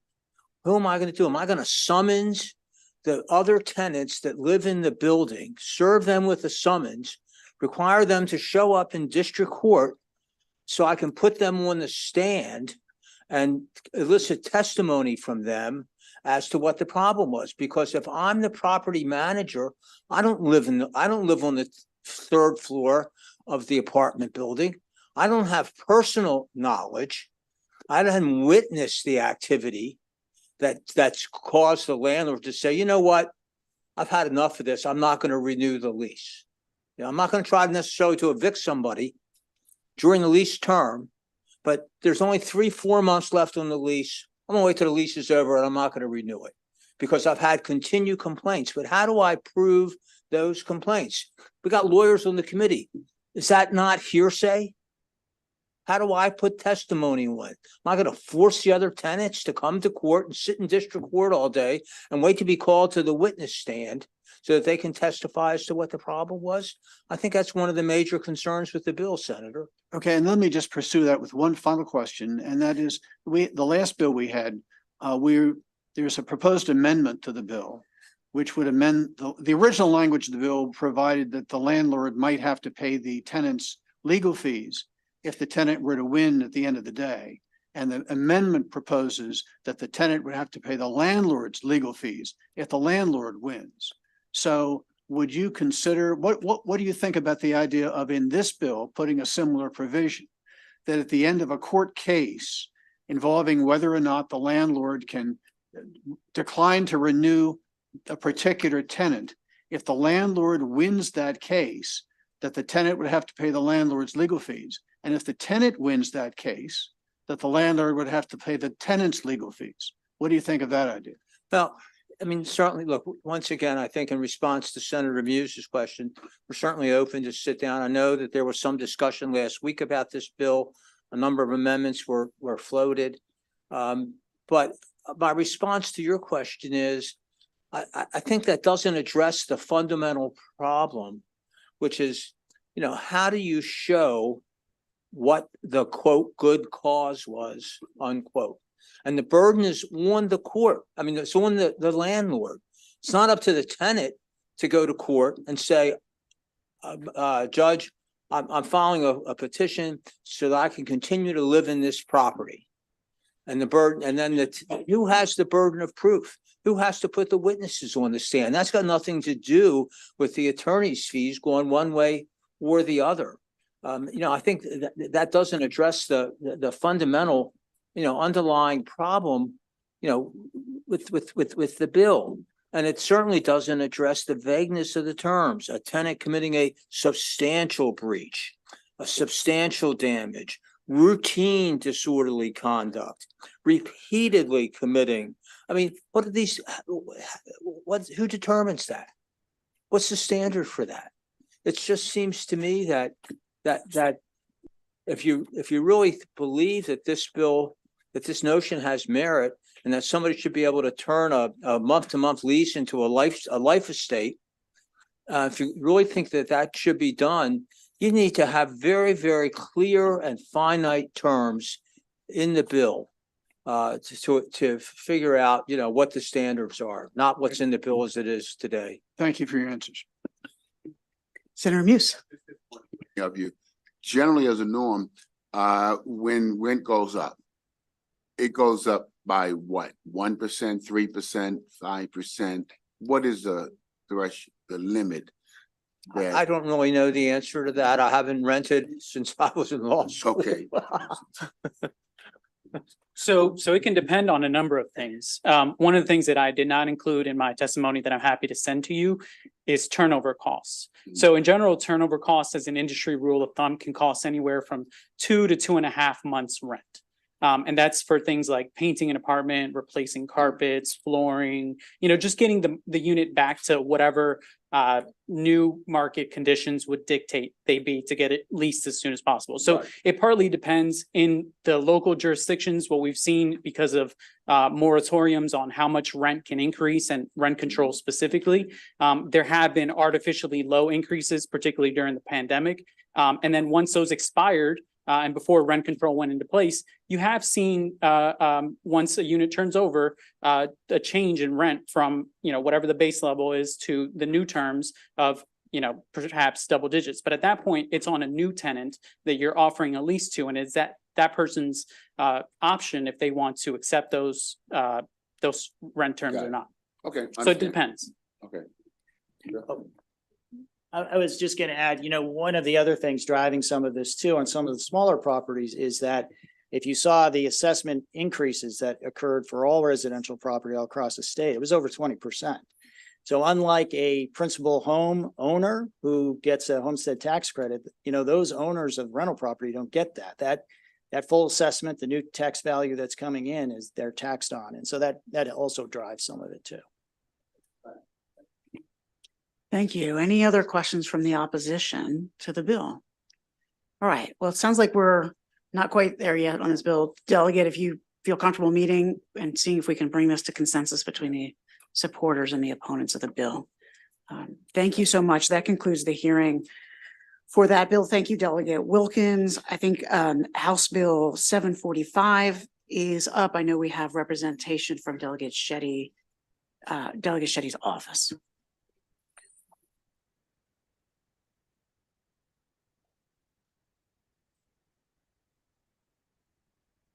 And Mr. Kuhns, if you want to bring your advocates up for the panel. Great. Yeah, I think it's just Lisa Jordan.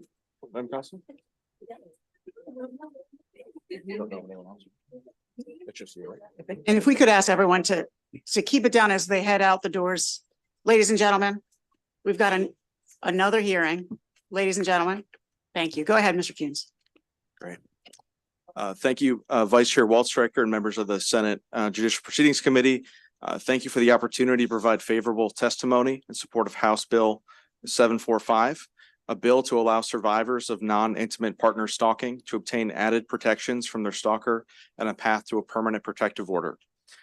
As we know, stalking is a serious crime that's often a precursor to sexual assault or physical violence. According to the CDC, 1 in 3 women and 1 in 6 men have been stalked at some point in their lives. That same report estimated that 67% of survivors were fearful of being killed or physically harmed by their stalker. Unfortunately, the current legal structure in Maryland fails to protect all stalking victims equally. While protective orders offer comprehensive safeguards, they are primarily available to those who have had an intimate relationship with their assailant in the last year. This leaves an estimated 60% of survivors limited to peace orders for protection. This 60% includes those stalked by acquaintances, coworkers, neighbors, and strangers. As passed by the House, HB 745 would fix this by including stalking among the offenses that qualify an individual to petition for a protective order, ensuring equal access to civil protections for all stalking survivors. The bill addresses the length of time victims are eligible to request protection, the removal of firearms from dangerous stalkers, and a pathway to a permanent protective order. It also simplifies the court's administration of protective orders and increases accessibility for all Marylanders facing stalking. Some advocates have expressed concerns about amending the protective order statute to include non-intimate partner violence survivors. However, protective orders already include 3 categories of non-IPV victims based on their vulnerability. Furthermore, this bill benefits IPV survivors too by making it easier for them to access a permanent protective order. Survivors of domestic violence cannot practically access them under the current system because the requirements for a PPO are so burdensome. We believe this is the best way to provide survivors with legal protections without unintended consequences. We ask the committee for your favorable report. Thank you.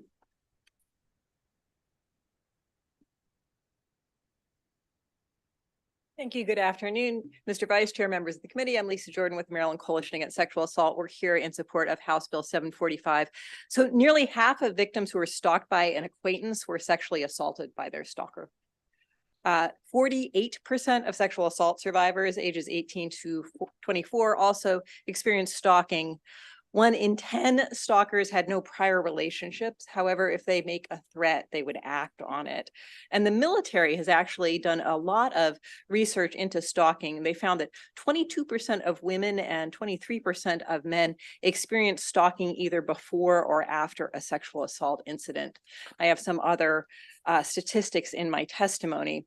But I did want to also just say that some stalking victims can seek protective orders, not only in a domestic violence context, but if you have had a sexual relationship with someone in the past year, you can get a protective order. But if that stalker keeps stalking you beyond the year, say for 3 years or 5 years, then you can't get a protective order. You can only get a peace order. So we actually give less protection to people who are stalked for a longer period of time.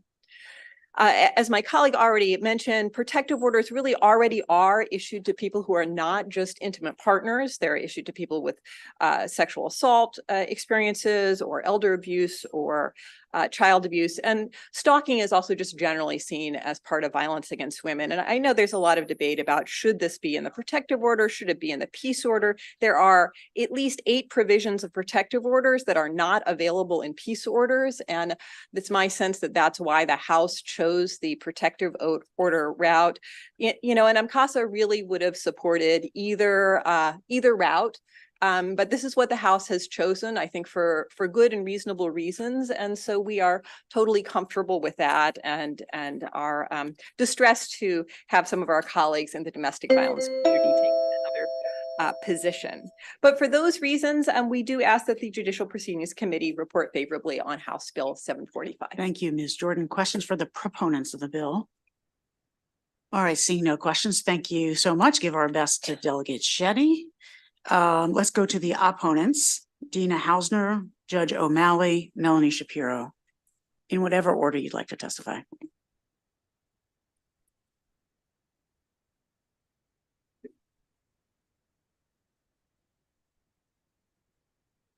Good afternoon, Mr. Vice Chair and members of the committee.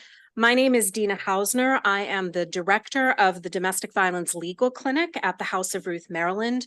We have offices in Baltimore City and County, as well as in Prince George's and Montgomery counties, and serve victims of intimate partner violence around the state. House Bill 745, though well-intentioned, will work to the detriment of both victims of intimate partner violence and victims of non-intimate partner stalking. First, this bill would create a system where victims of stranger stalking are entitled to greater protections than victims of dating violence who haven't engaged in sexual activity with their abusers. Furthermore, the protective order statute was created to protect victims of intimate partner violence. The very first version only covered legal spouses, and it's evolved over the years to be more inclusive of victims who have some type of intimate or family connection to their abusive partners. And it's an extraordinary remedy that recognizes and seeks to prevent the risk of repeated abuse and lethal violence that victims face at the hands of their intimate partners. And in order to preserve these very strong protections that exist in the protective order statute, we feel it's important to maintain the distinctions between which parties apply for which order. And also, we believe very strongly that this bill will actually cause a great deal of confusion for courts, law enforcement, and the petitioners themselves, almost all of whom have to file unrepresented.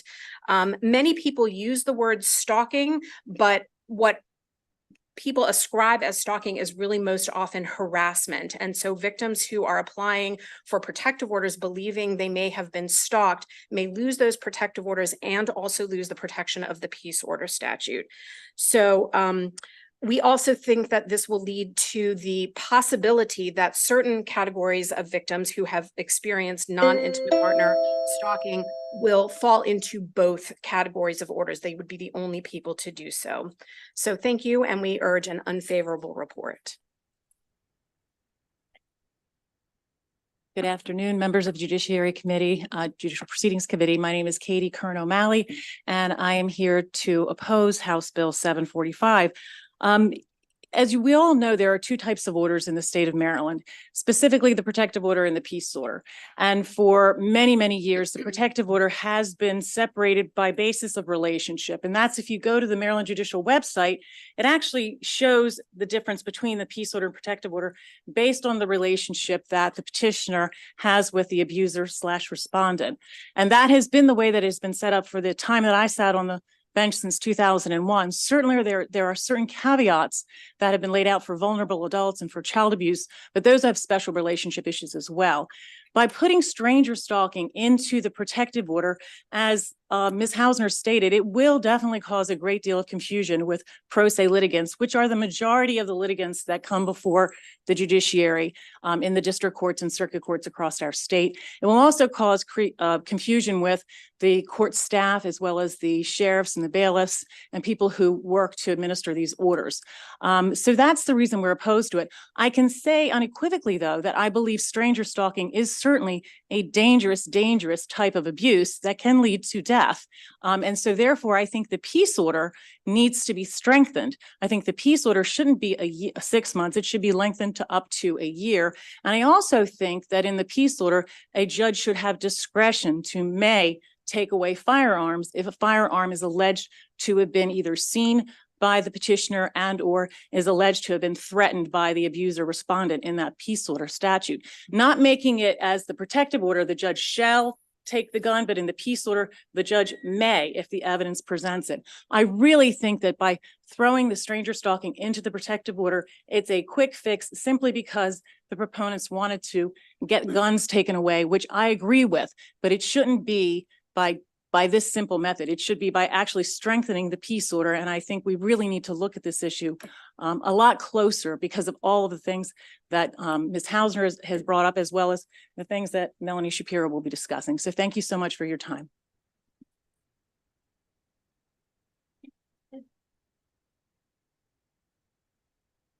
Good afternoon, Mr. Vice Chair, members of the committee. Melanie Shapiro, Public Policy Director with the Maryland Network Against Domestic Violence, here in opposition to House Bill 745.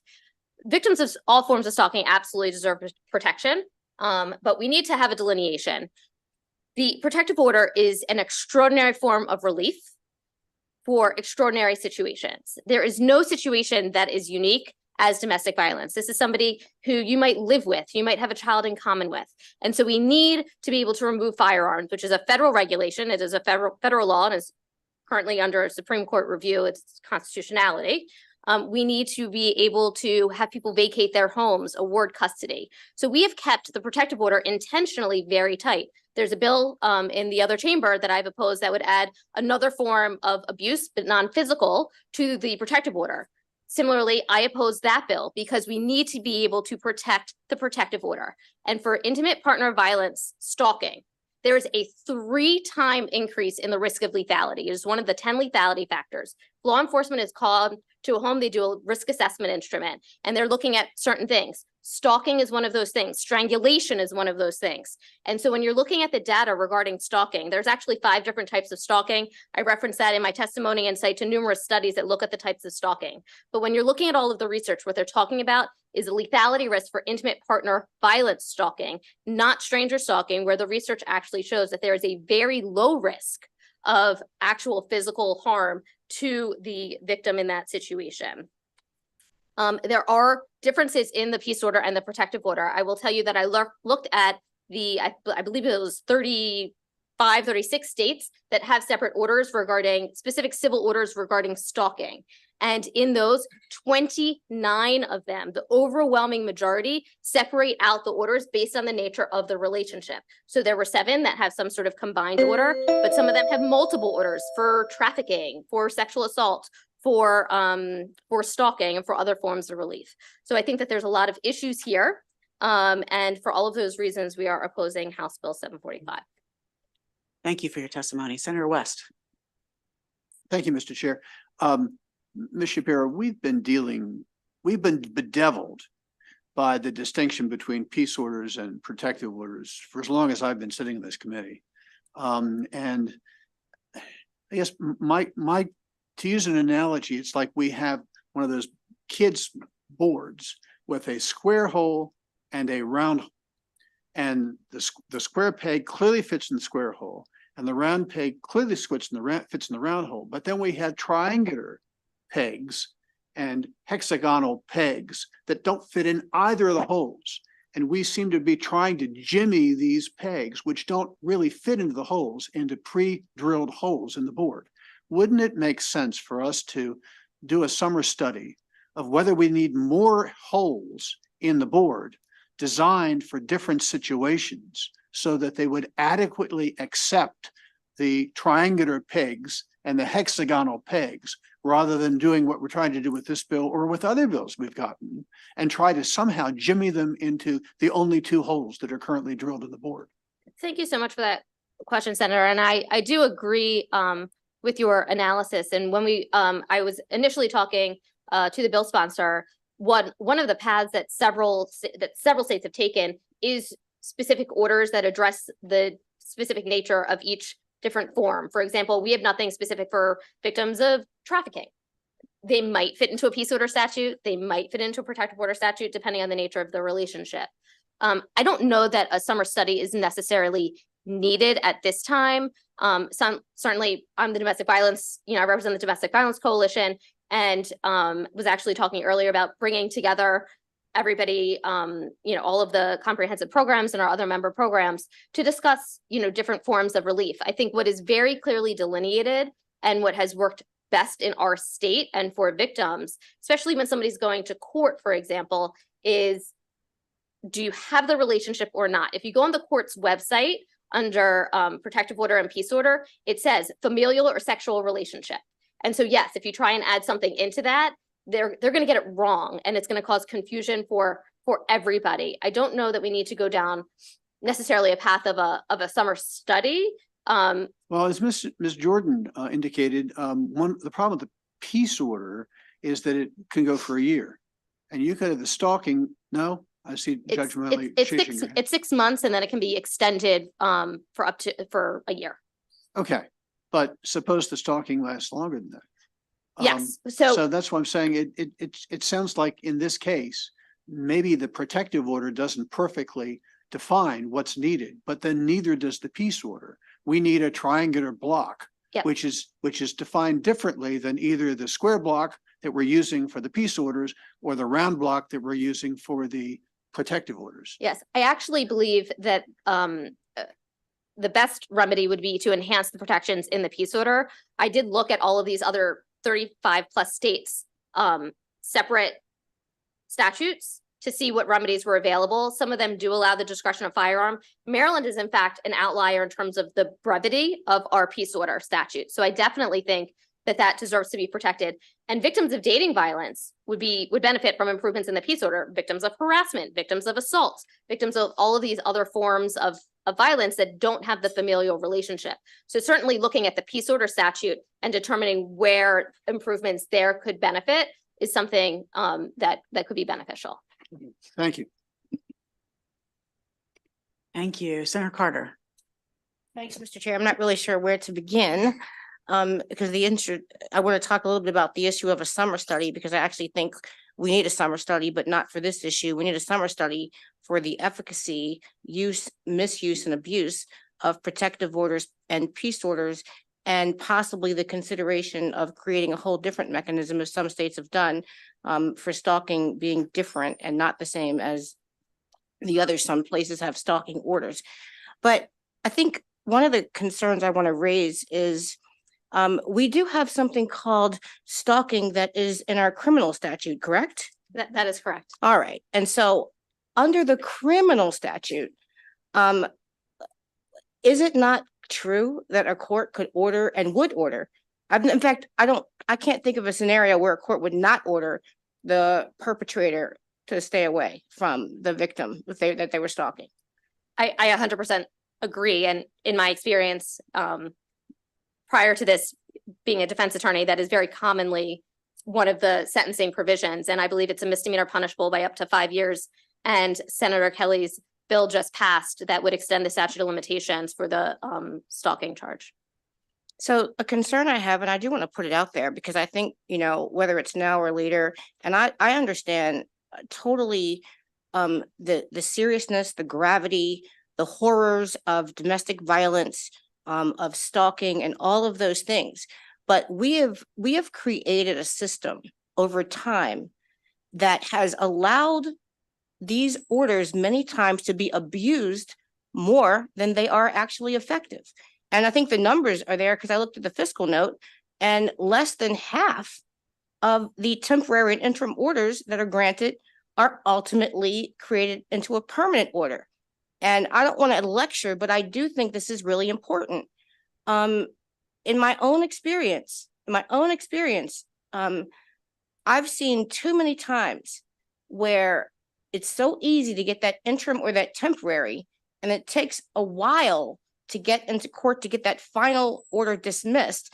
And in that period of time, the person on little to no evidence whatsoever has an entire life disrupted. And so I put that out there to you because I believe that where these matters occur and they're serious, there ought to be a criminal charge filed. Now, I fully understand the argument that criminal cases take longer to get into court and that the burden of proof is so much harder. Well, it should be hard when you're taking someone's liberty and affecting their ability to earn an income and move freely about the world. But nevertheless, I'd be interested in looking at expansion and possibly a whole separate order for the non-intimate partner thing that's not peace or protective. We may just be going down the wrong road anyway with what we've done with our peace and protective orders. There's always room for improvement. But in a summer study, we need to look at all of these orders, the efficacy of these orders, whether or not there should be some component of a requirement of at least the filing of a criminal charge, even if you don't make it. And then finally, we need to look at the amount of abuse and why there are no repercussions when they are misused by people. And the concern I have is with, like so many other things, the really serious cases, the people that really need the protection don't get it. But the ones that know how to work the system, those are the ones that use these things, get them like that, and really cause a lot of harm to people's lives. And so for that reason, I'm not inclined to support the bill before us, but we really need to take a more measured look at all of the orders. And we actually, if there's an actual need for the stalking non-intimate partner order that doesn't fit into a piece of protective order, we need to consider creating its own order, as I see other states have done. That's my thought. What do you think? Thank you, Senator Carter. That was a lot. And there's a portion of what you were talking about that I think that Ms. Hausner might be best to respond to because of her expansive direct legal services experience. What I would say on the criminal charge, which also goes to the bill and the requirement for a permanent protective order relying on a criminal conviction, is that many victims of domestic violence actually just want the violence to end. They want to be safe. They don't necessarily want a criminal charge. They might be totally dependent on their abuser for all of their financial resources. What they need is that vacate order from the home. They need to have the abuse stop, and so that they can then start getting the services and getting back on their feet and establishing themselves separately. Some of them have a child in common.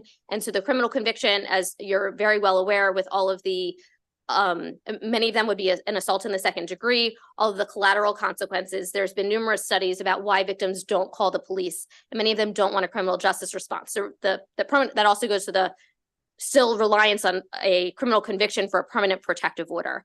The second reason, and one of the reasons why you're going to see interim and temporary orders and no subsequent final protective order, is because that is the highest risk of lethality. Most murders of victims occur when they are trying to leave their abuser. And so it also takes, again, because of the nature of domestic violence, more than one attempt to leave your abuser. I appreciate your concerns, how the system has on occasion been used by a bad actor. But because of the protections, we do have the bench, we do have that discretion. They don't have to order those things. But once somebody does get into court and does meet that burden of proof, that relief is needed. And it's needed, quite frankly, because it keeps people safe and it keeps them alive. And so I will, if I may, defer to Ms. Hausner to discuss some of the that legal aspect as well from her direct experience. I completely understand everything that you said, and I mentioned that. I understand that it's more burdensome to file a criminal charge, and some people might not want to. But the issue is that we have standards in law, and when we allow these orders and expand them and build upon them, we create a system where bad actors can easily circumvent the actual system and are subject to abuse. And I know that people will be upset with this, but I'm talking from my own practical experience over many, many years of practicing law. And maybe I don't see, well, I actually know that they're serious ones, but I actually know that these orders rarely offer adequate protection for the serious cases. But what they do offer is an opportunity for people to file them with no repercussions, even when they aren't legitimate. And so that is a concern. I understand the seriousness, but just like it becomes, I don't argue with you at all. I 100% agree with you. It absolutely becomes more lethal, more scary, more horrifying for people in real domestic violence when they go to leave. But that being said, it also becomes a tool that's used when people just want to leave and they want to have the house and they want to have the support and they want to have that. And frankly, that is more of what I've seen more often than not over years. And probably the people with the serious cases don't come to me, but the ones that are wrongly accused, they come to me all the time. And even though ultimately, more often than not, we're successful at the end, after months and months of losing a security clearance, losing access to everything of value in life, it is devastating to people. And we got to be we have to be more cautious about how we allow them to be used. Yes, I understand it, and I hear your concerns. We have, we have House of Ruth here who provides, direct representation in, is it 5 counties, I believe, Baltimore City, Baltimore County, Montgomery, Prince George's. And they see every day victims that are benefiting from these protections. And so I think I appreciate that there are people that can abuse the system, but the overwhelming majority of people are there seeking relief from the violence that they are experiencing. And we have the bench who is there, who is looking at the evidence. There is, it doesn't go into effect until it needs to be served in interim or temporary. And then there's the opportunity to be heard at the final protective order stage from both sides. And there can be representation by either party can have representation on either sides. And then the court, you need to prove that the abuse is happening. I don't think that any judicial officer undertakes lightly a decision to order somebody to vacate their home or custody of children. But this is happening in situations, the stories that I hear are horrific about the violence. And so that's why we need to keep the protective order as narrow as possible so that the relief can be as extraordinary as it is. And the concern with the criminal charges is there are states that have, you know, mandatory arrest and mandatory charging. And those states, what they see is actually victims don't come forward because they don't want to be engaged in the criminal justice system, because they don't want the abuser arrested, because they don't want to be engaged in that process. So it actually has the unintended impact of keeping victims in their homes, in the violence, and unable to leave because they don't want that criminal charge. Great. I don't usually let this go for so long, but I do think this is an important issue to explore. So Ms. Hausner, if you had anything to add. I don't think I have a lot to say that Ms. Shapiro didn't already cover. You know, certainly from the perspective of the representative of victims, we also have an interest in making sure that people don't abuse the system because it leads to bad outcomes for everyone. You know, I think one of the obvious repercussions for people who file in bad faith or who don't have grounds is that they simply don't get the order. And then some of the yes, they get the interim and the temporary perhaps, but they won't get the final order. And that's really where many of the consequences that you described, Senator Carter, flow from in terms of security clearance and possible loss of employment, although that's not a consequence that we see happen in real terms very frequently. So I'm happy to answer any additional questions, but I think that Ms. Shapiro summed it up quite nicely. Great. Okay. Any other questions for the opponents of the bill? All right, just a quick pause here. So I'm the cross-file of this bill, and this came from a constituent. And so I don't want, this conversation is really important, but I don't want anything to get lost that there are real people who are impacted here, including my constituent who very bravely came to testify on both the Senate and the House version of the bill. So I also want to recognize the House sponsor. She's not able to join us today, but she did an incredible amount of work on this bill on the House side and really worked in good faith.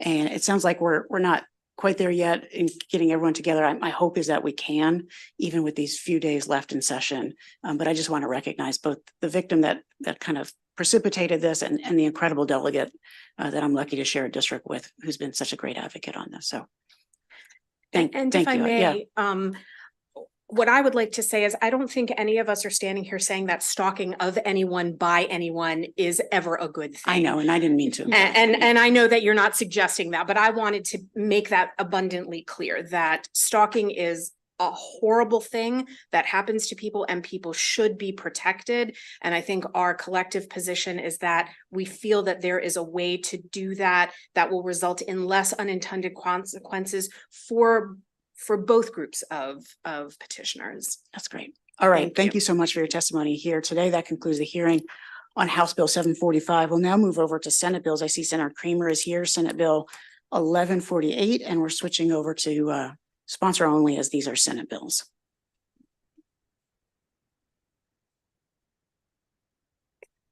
Yes, good afternoon, Mr. Chair and colleagues of Judicial Proceedings. Ben Kramer here to introduce Senate Bill 1148 at the 11th hour of the legislative session, but it's a good Senator West and Kramer bill. So we're gonna roll with it anyway, Mr. Chair. Colleagues, this bill makes a one-word change to the existing criminal law cruelty to law enforcement animals statute. The sentence that it applies to currently reads, except in the case of self-defense, a person cannot intentionally inflict bodily harm, permanent disability, or death on an animal owned or used by a law enforcement unit. It changes the word intentionally to recklessly. Colleagues, this was an issue that was brought to me by our good friends in the law enforcement community. And in fact, I was at a Baltimore Ravens game with our outstanding Chief of Staff to the Senate President Sally Robb, when one of the troopers came up to us to share that his sweet loving canine checking for explosives was violently kicked in the body by some drunk dumbass. And the question was, what were his rights as a trooper to protect his canine? And I think the change that this bill reflects would address that issue. And that's the bill before you, and that's all I got, folks. Certainly welcome any questions on this great West Kramer bill. Any questions for the sponsor? All right. Thank you, Senator Kramer, for bringing this. Thank you, and Mr. for thinking Chair. this. I appreciate it. Senator Muse, you're up next. We have two bills, and whichever you would like to go first. Senator Muse. Thank you. I have some other witnesses here who are here just in terms of technical, in case you have questions. And with the exception of the one young lady, well, that you see here, who is a technical witness as well. She is I think, come with me right here, a 32-year member of the FBI. And she, as you can tell, her unit, the special unit, is that of disguises. She in real life is 6'2".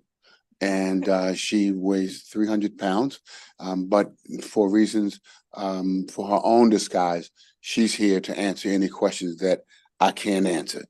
Having said that, again, Mr. Chair, Mr. Vice Chair, for the record, I'm C. Anthony Muse, and I'm here today to encourage this distinguished body of my best friends to vote favorably on Senate Bill 1111 as amended. If you have anything you want to add, you can in a moment, okay? This is being introduced during a critical time, a time where we are seeing inexhaustible violence resulting from both structured and more loosely organized criminal enterprises within our state. These groups are commonly referred to as street crews and typically consist of adults who recruit minors to participate in criminal activities. In Prince George's County and throughout the state, this has specifically been notable increases in the number of crimes involving carjacking, theft, drug distribution, and economic crimes. As amended, this bill would provide much needed enhancement on our current gang statute in Maryland. So as amended, it proposes to expand underlying offenses to include 1, removal or falsification of vehicle identification number under 14107 of the Transportation Article. For example, establishments operating as chop shops that acquire vehicles or parts of stolen or carjacked automobiles, they will face stricter legal scrutiny regarding the trafficking of stolen vehicles. Furthermore, the increasing involvement of firearms in criminal offenses as a growing concern in Prince George's County. So the suggested amendments would enable the prosecution of all individuals who directly or indirectly engage in criminal acts involving firearms on behalf of or alongside a criminal group. Therefore, Senate Bill 1111 amends the underlying offenses section to also include Criminal Law Article 4-204, use of a firearm in commission of a crime, and Public Safety Article 5-113, prohibited person in possession of a firearm. While my esteemed state attorney is here, and we've been fighting battles for 2 decades or more, she successfully prosecuted numerous gang members, cases against members of organized crime, committing auto theft and carjacking within Prince George's County under the amended organized crime statute. The proposed legal modifications will bolster their efforts in prosecuting individuals and entities that gain financially from these criminal endeavors. This bill will provide us with a unique opportunity to update the current code to better address the types of organized crime that we are confronted with in Maryland. And so in closing, I have, again, my FBI agent on the right, and our State's Attorney Asher Braveboy and Deputy State's Attorney Perry Paler in the audience to answer any questions. Also, we have the House cross file, HB 1063, which has crossed over, and my State's Attorney has worked extremely hard on this legislation to bring all parties together to get the best bill possible. And believe it or not, the judiciary has withdrawn their letter of opposition, which means we ought to be able to pass this out right away. And let the church say amen. I'm through. Any comments you want to make? Any of you want to make? You're the one. Any questions for the senator? All right, it's sponsor only, and so we apologize, but given that there are no questions, I'll just say how much we appreciate your being here, and we know we can contact you offline, and we also know the House bill is in our possession. So we appreciate you taking the time to be here today. With that concludes the hearing for Senate Bill 1111. Let's move on to Senate Bill 1158. Senator Muse. Thank you again, my friends. And for the record, I'm Senator C. Anthony Muse. I'm here today to urge this distinguished body to vote, please, favorably on Senate Bill 1158, Sacred Places Safety Act of 2024.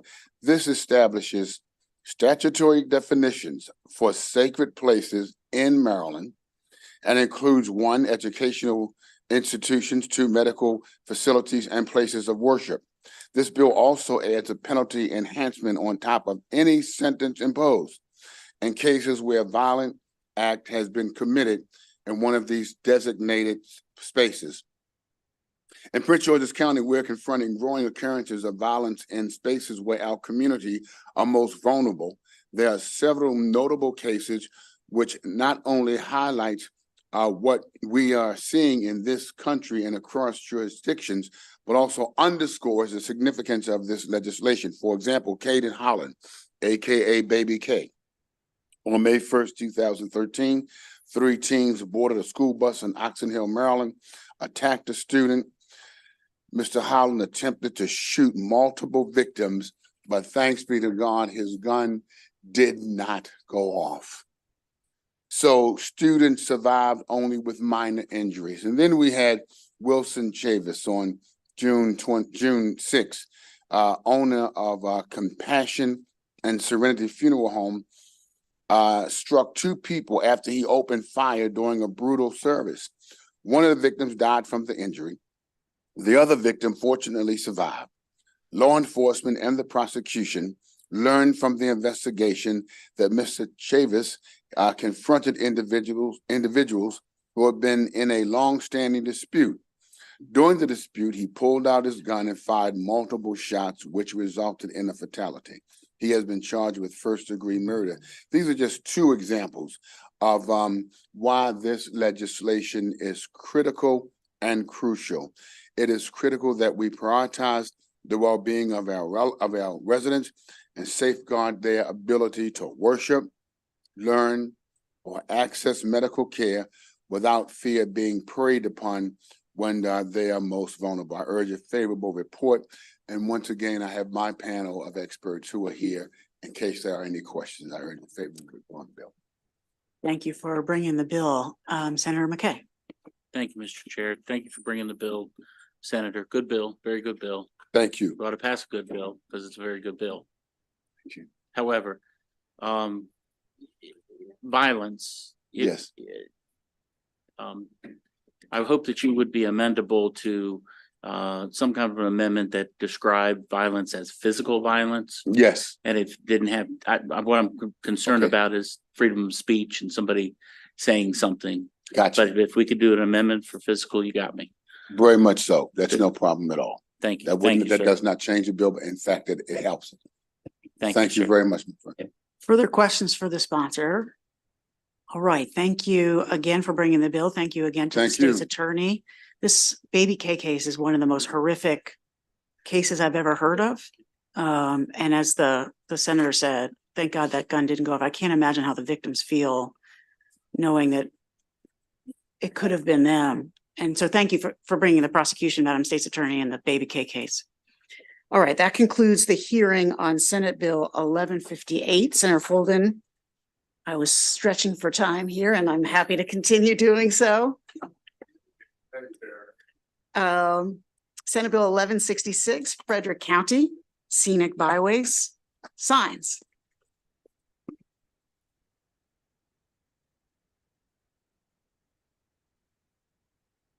Mr. Chairman, esteemed colleagues, good to be here.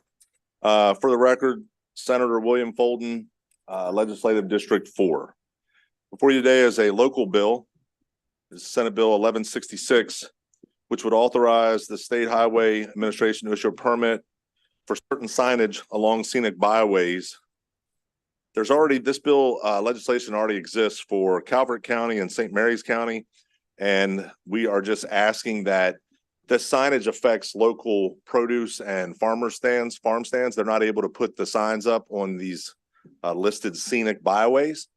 This bill would allow the SHA to provide permits that they could do that to help their businesses.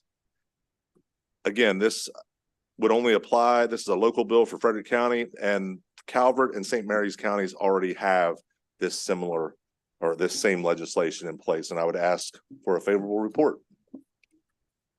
Thank you so much. Questions for Senator Folden? All right, seeing no questions on the local bill, that concludes the hearing for Senate Bill 1166. I believe that concludes our hearings for the day. It is 4:55. Unless we hear otherwise, let's plan on voting at 5:30 p.m. Thanks. We're adjourned.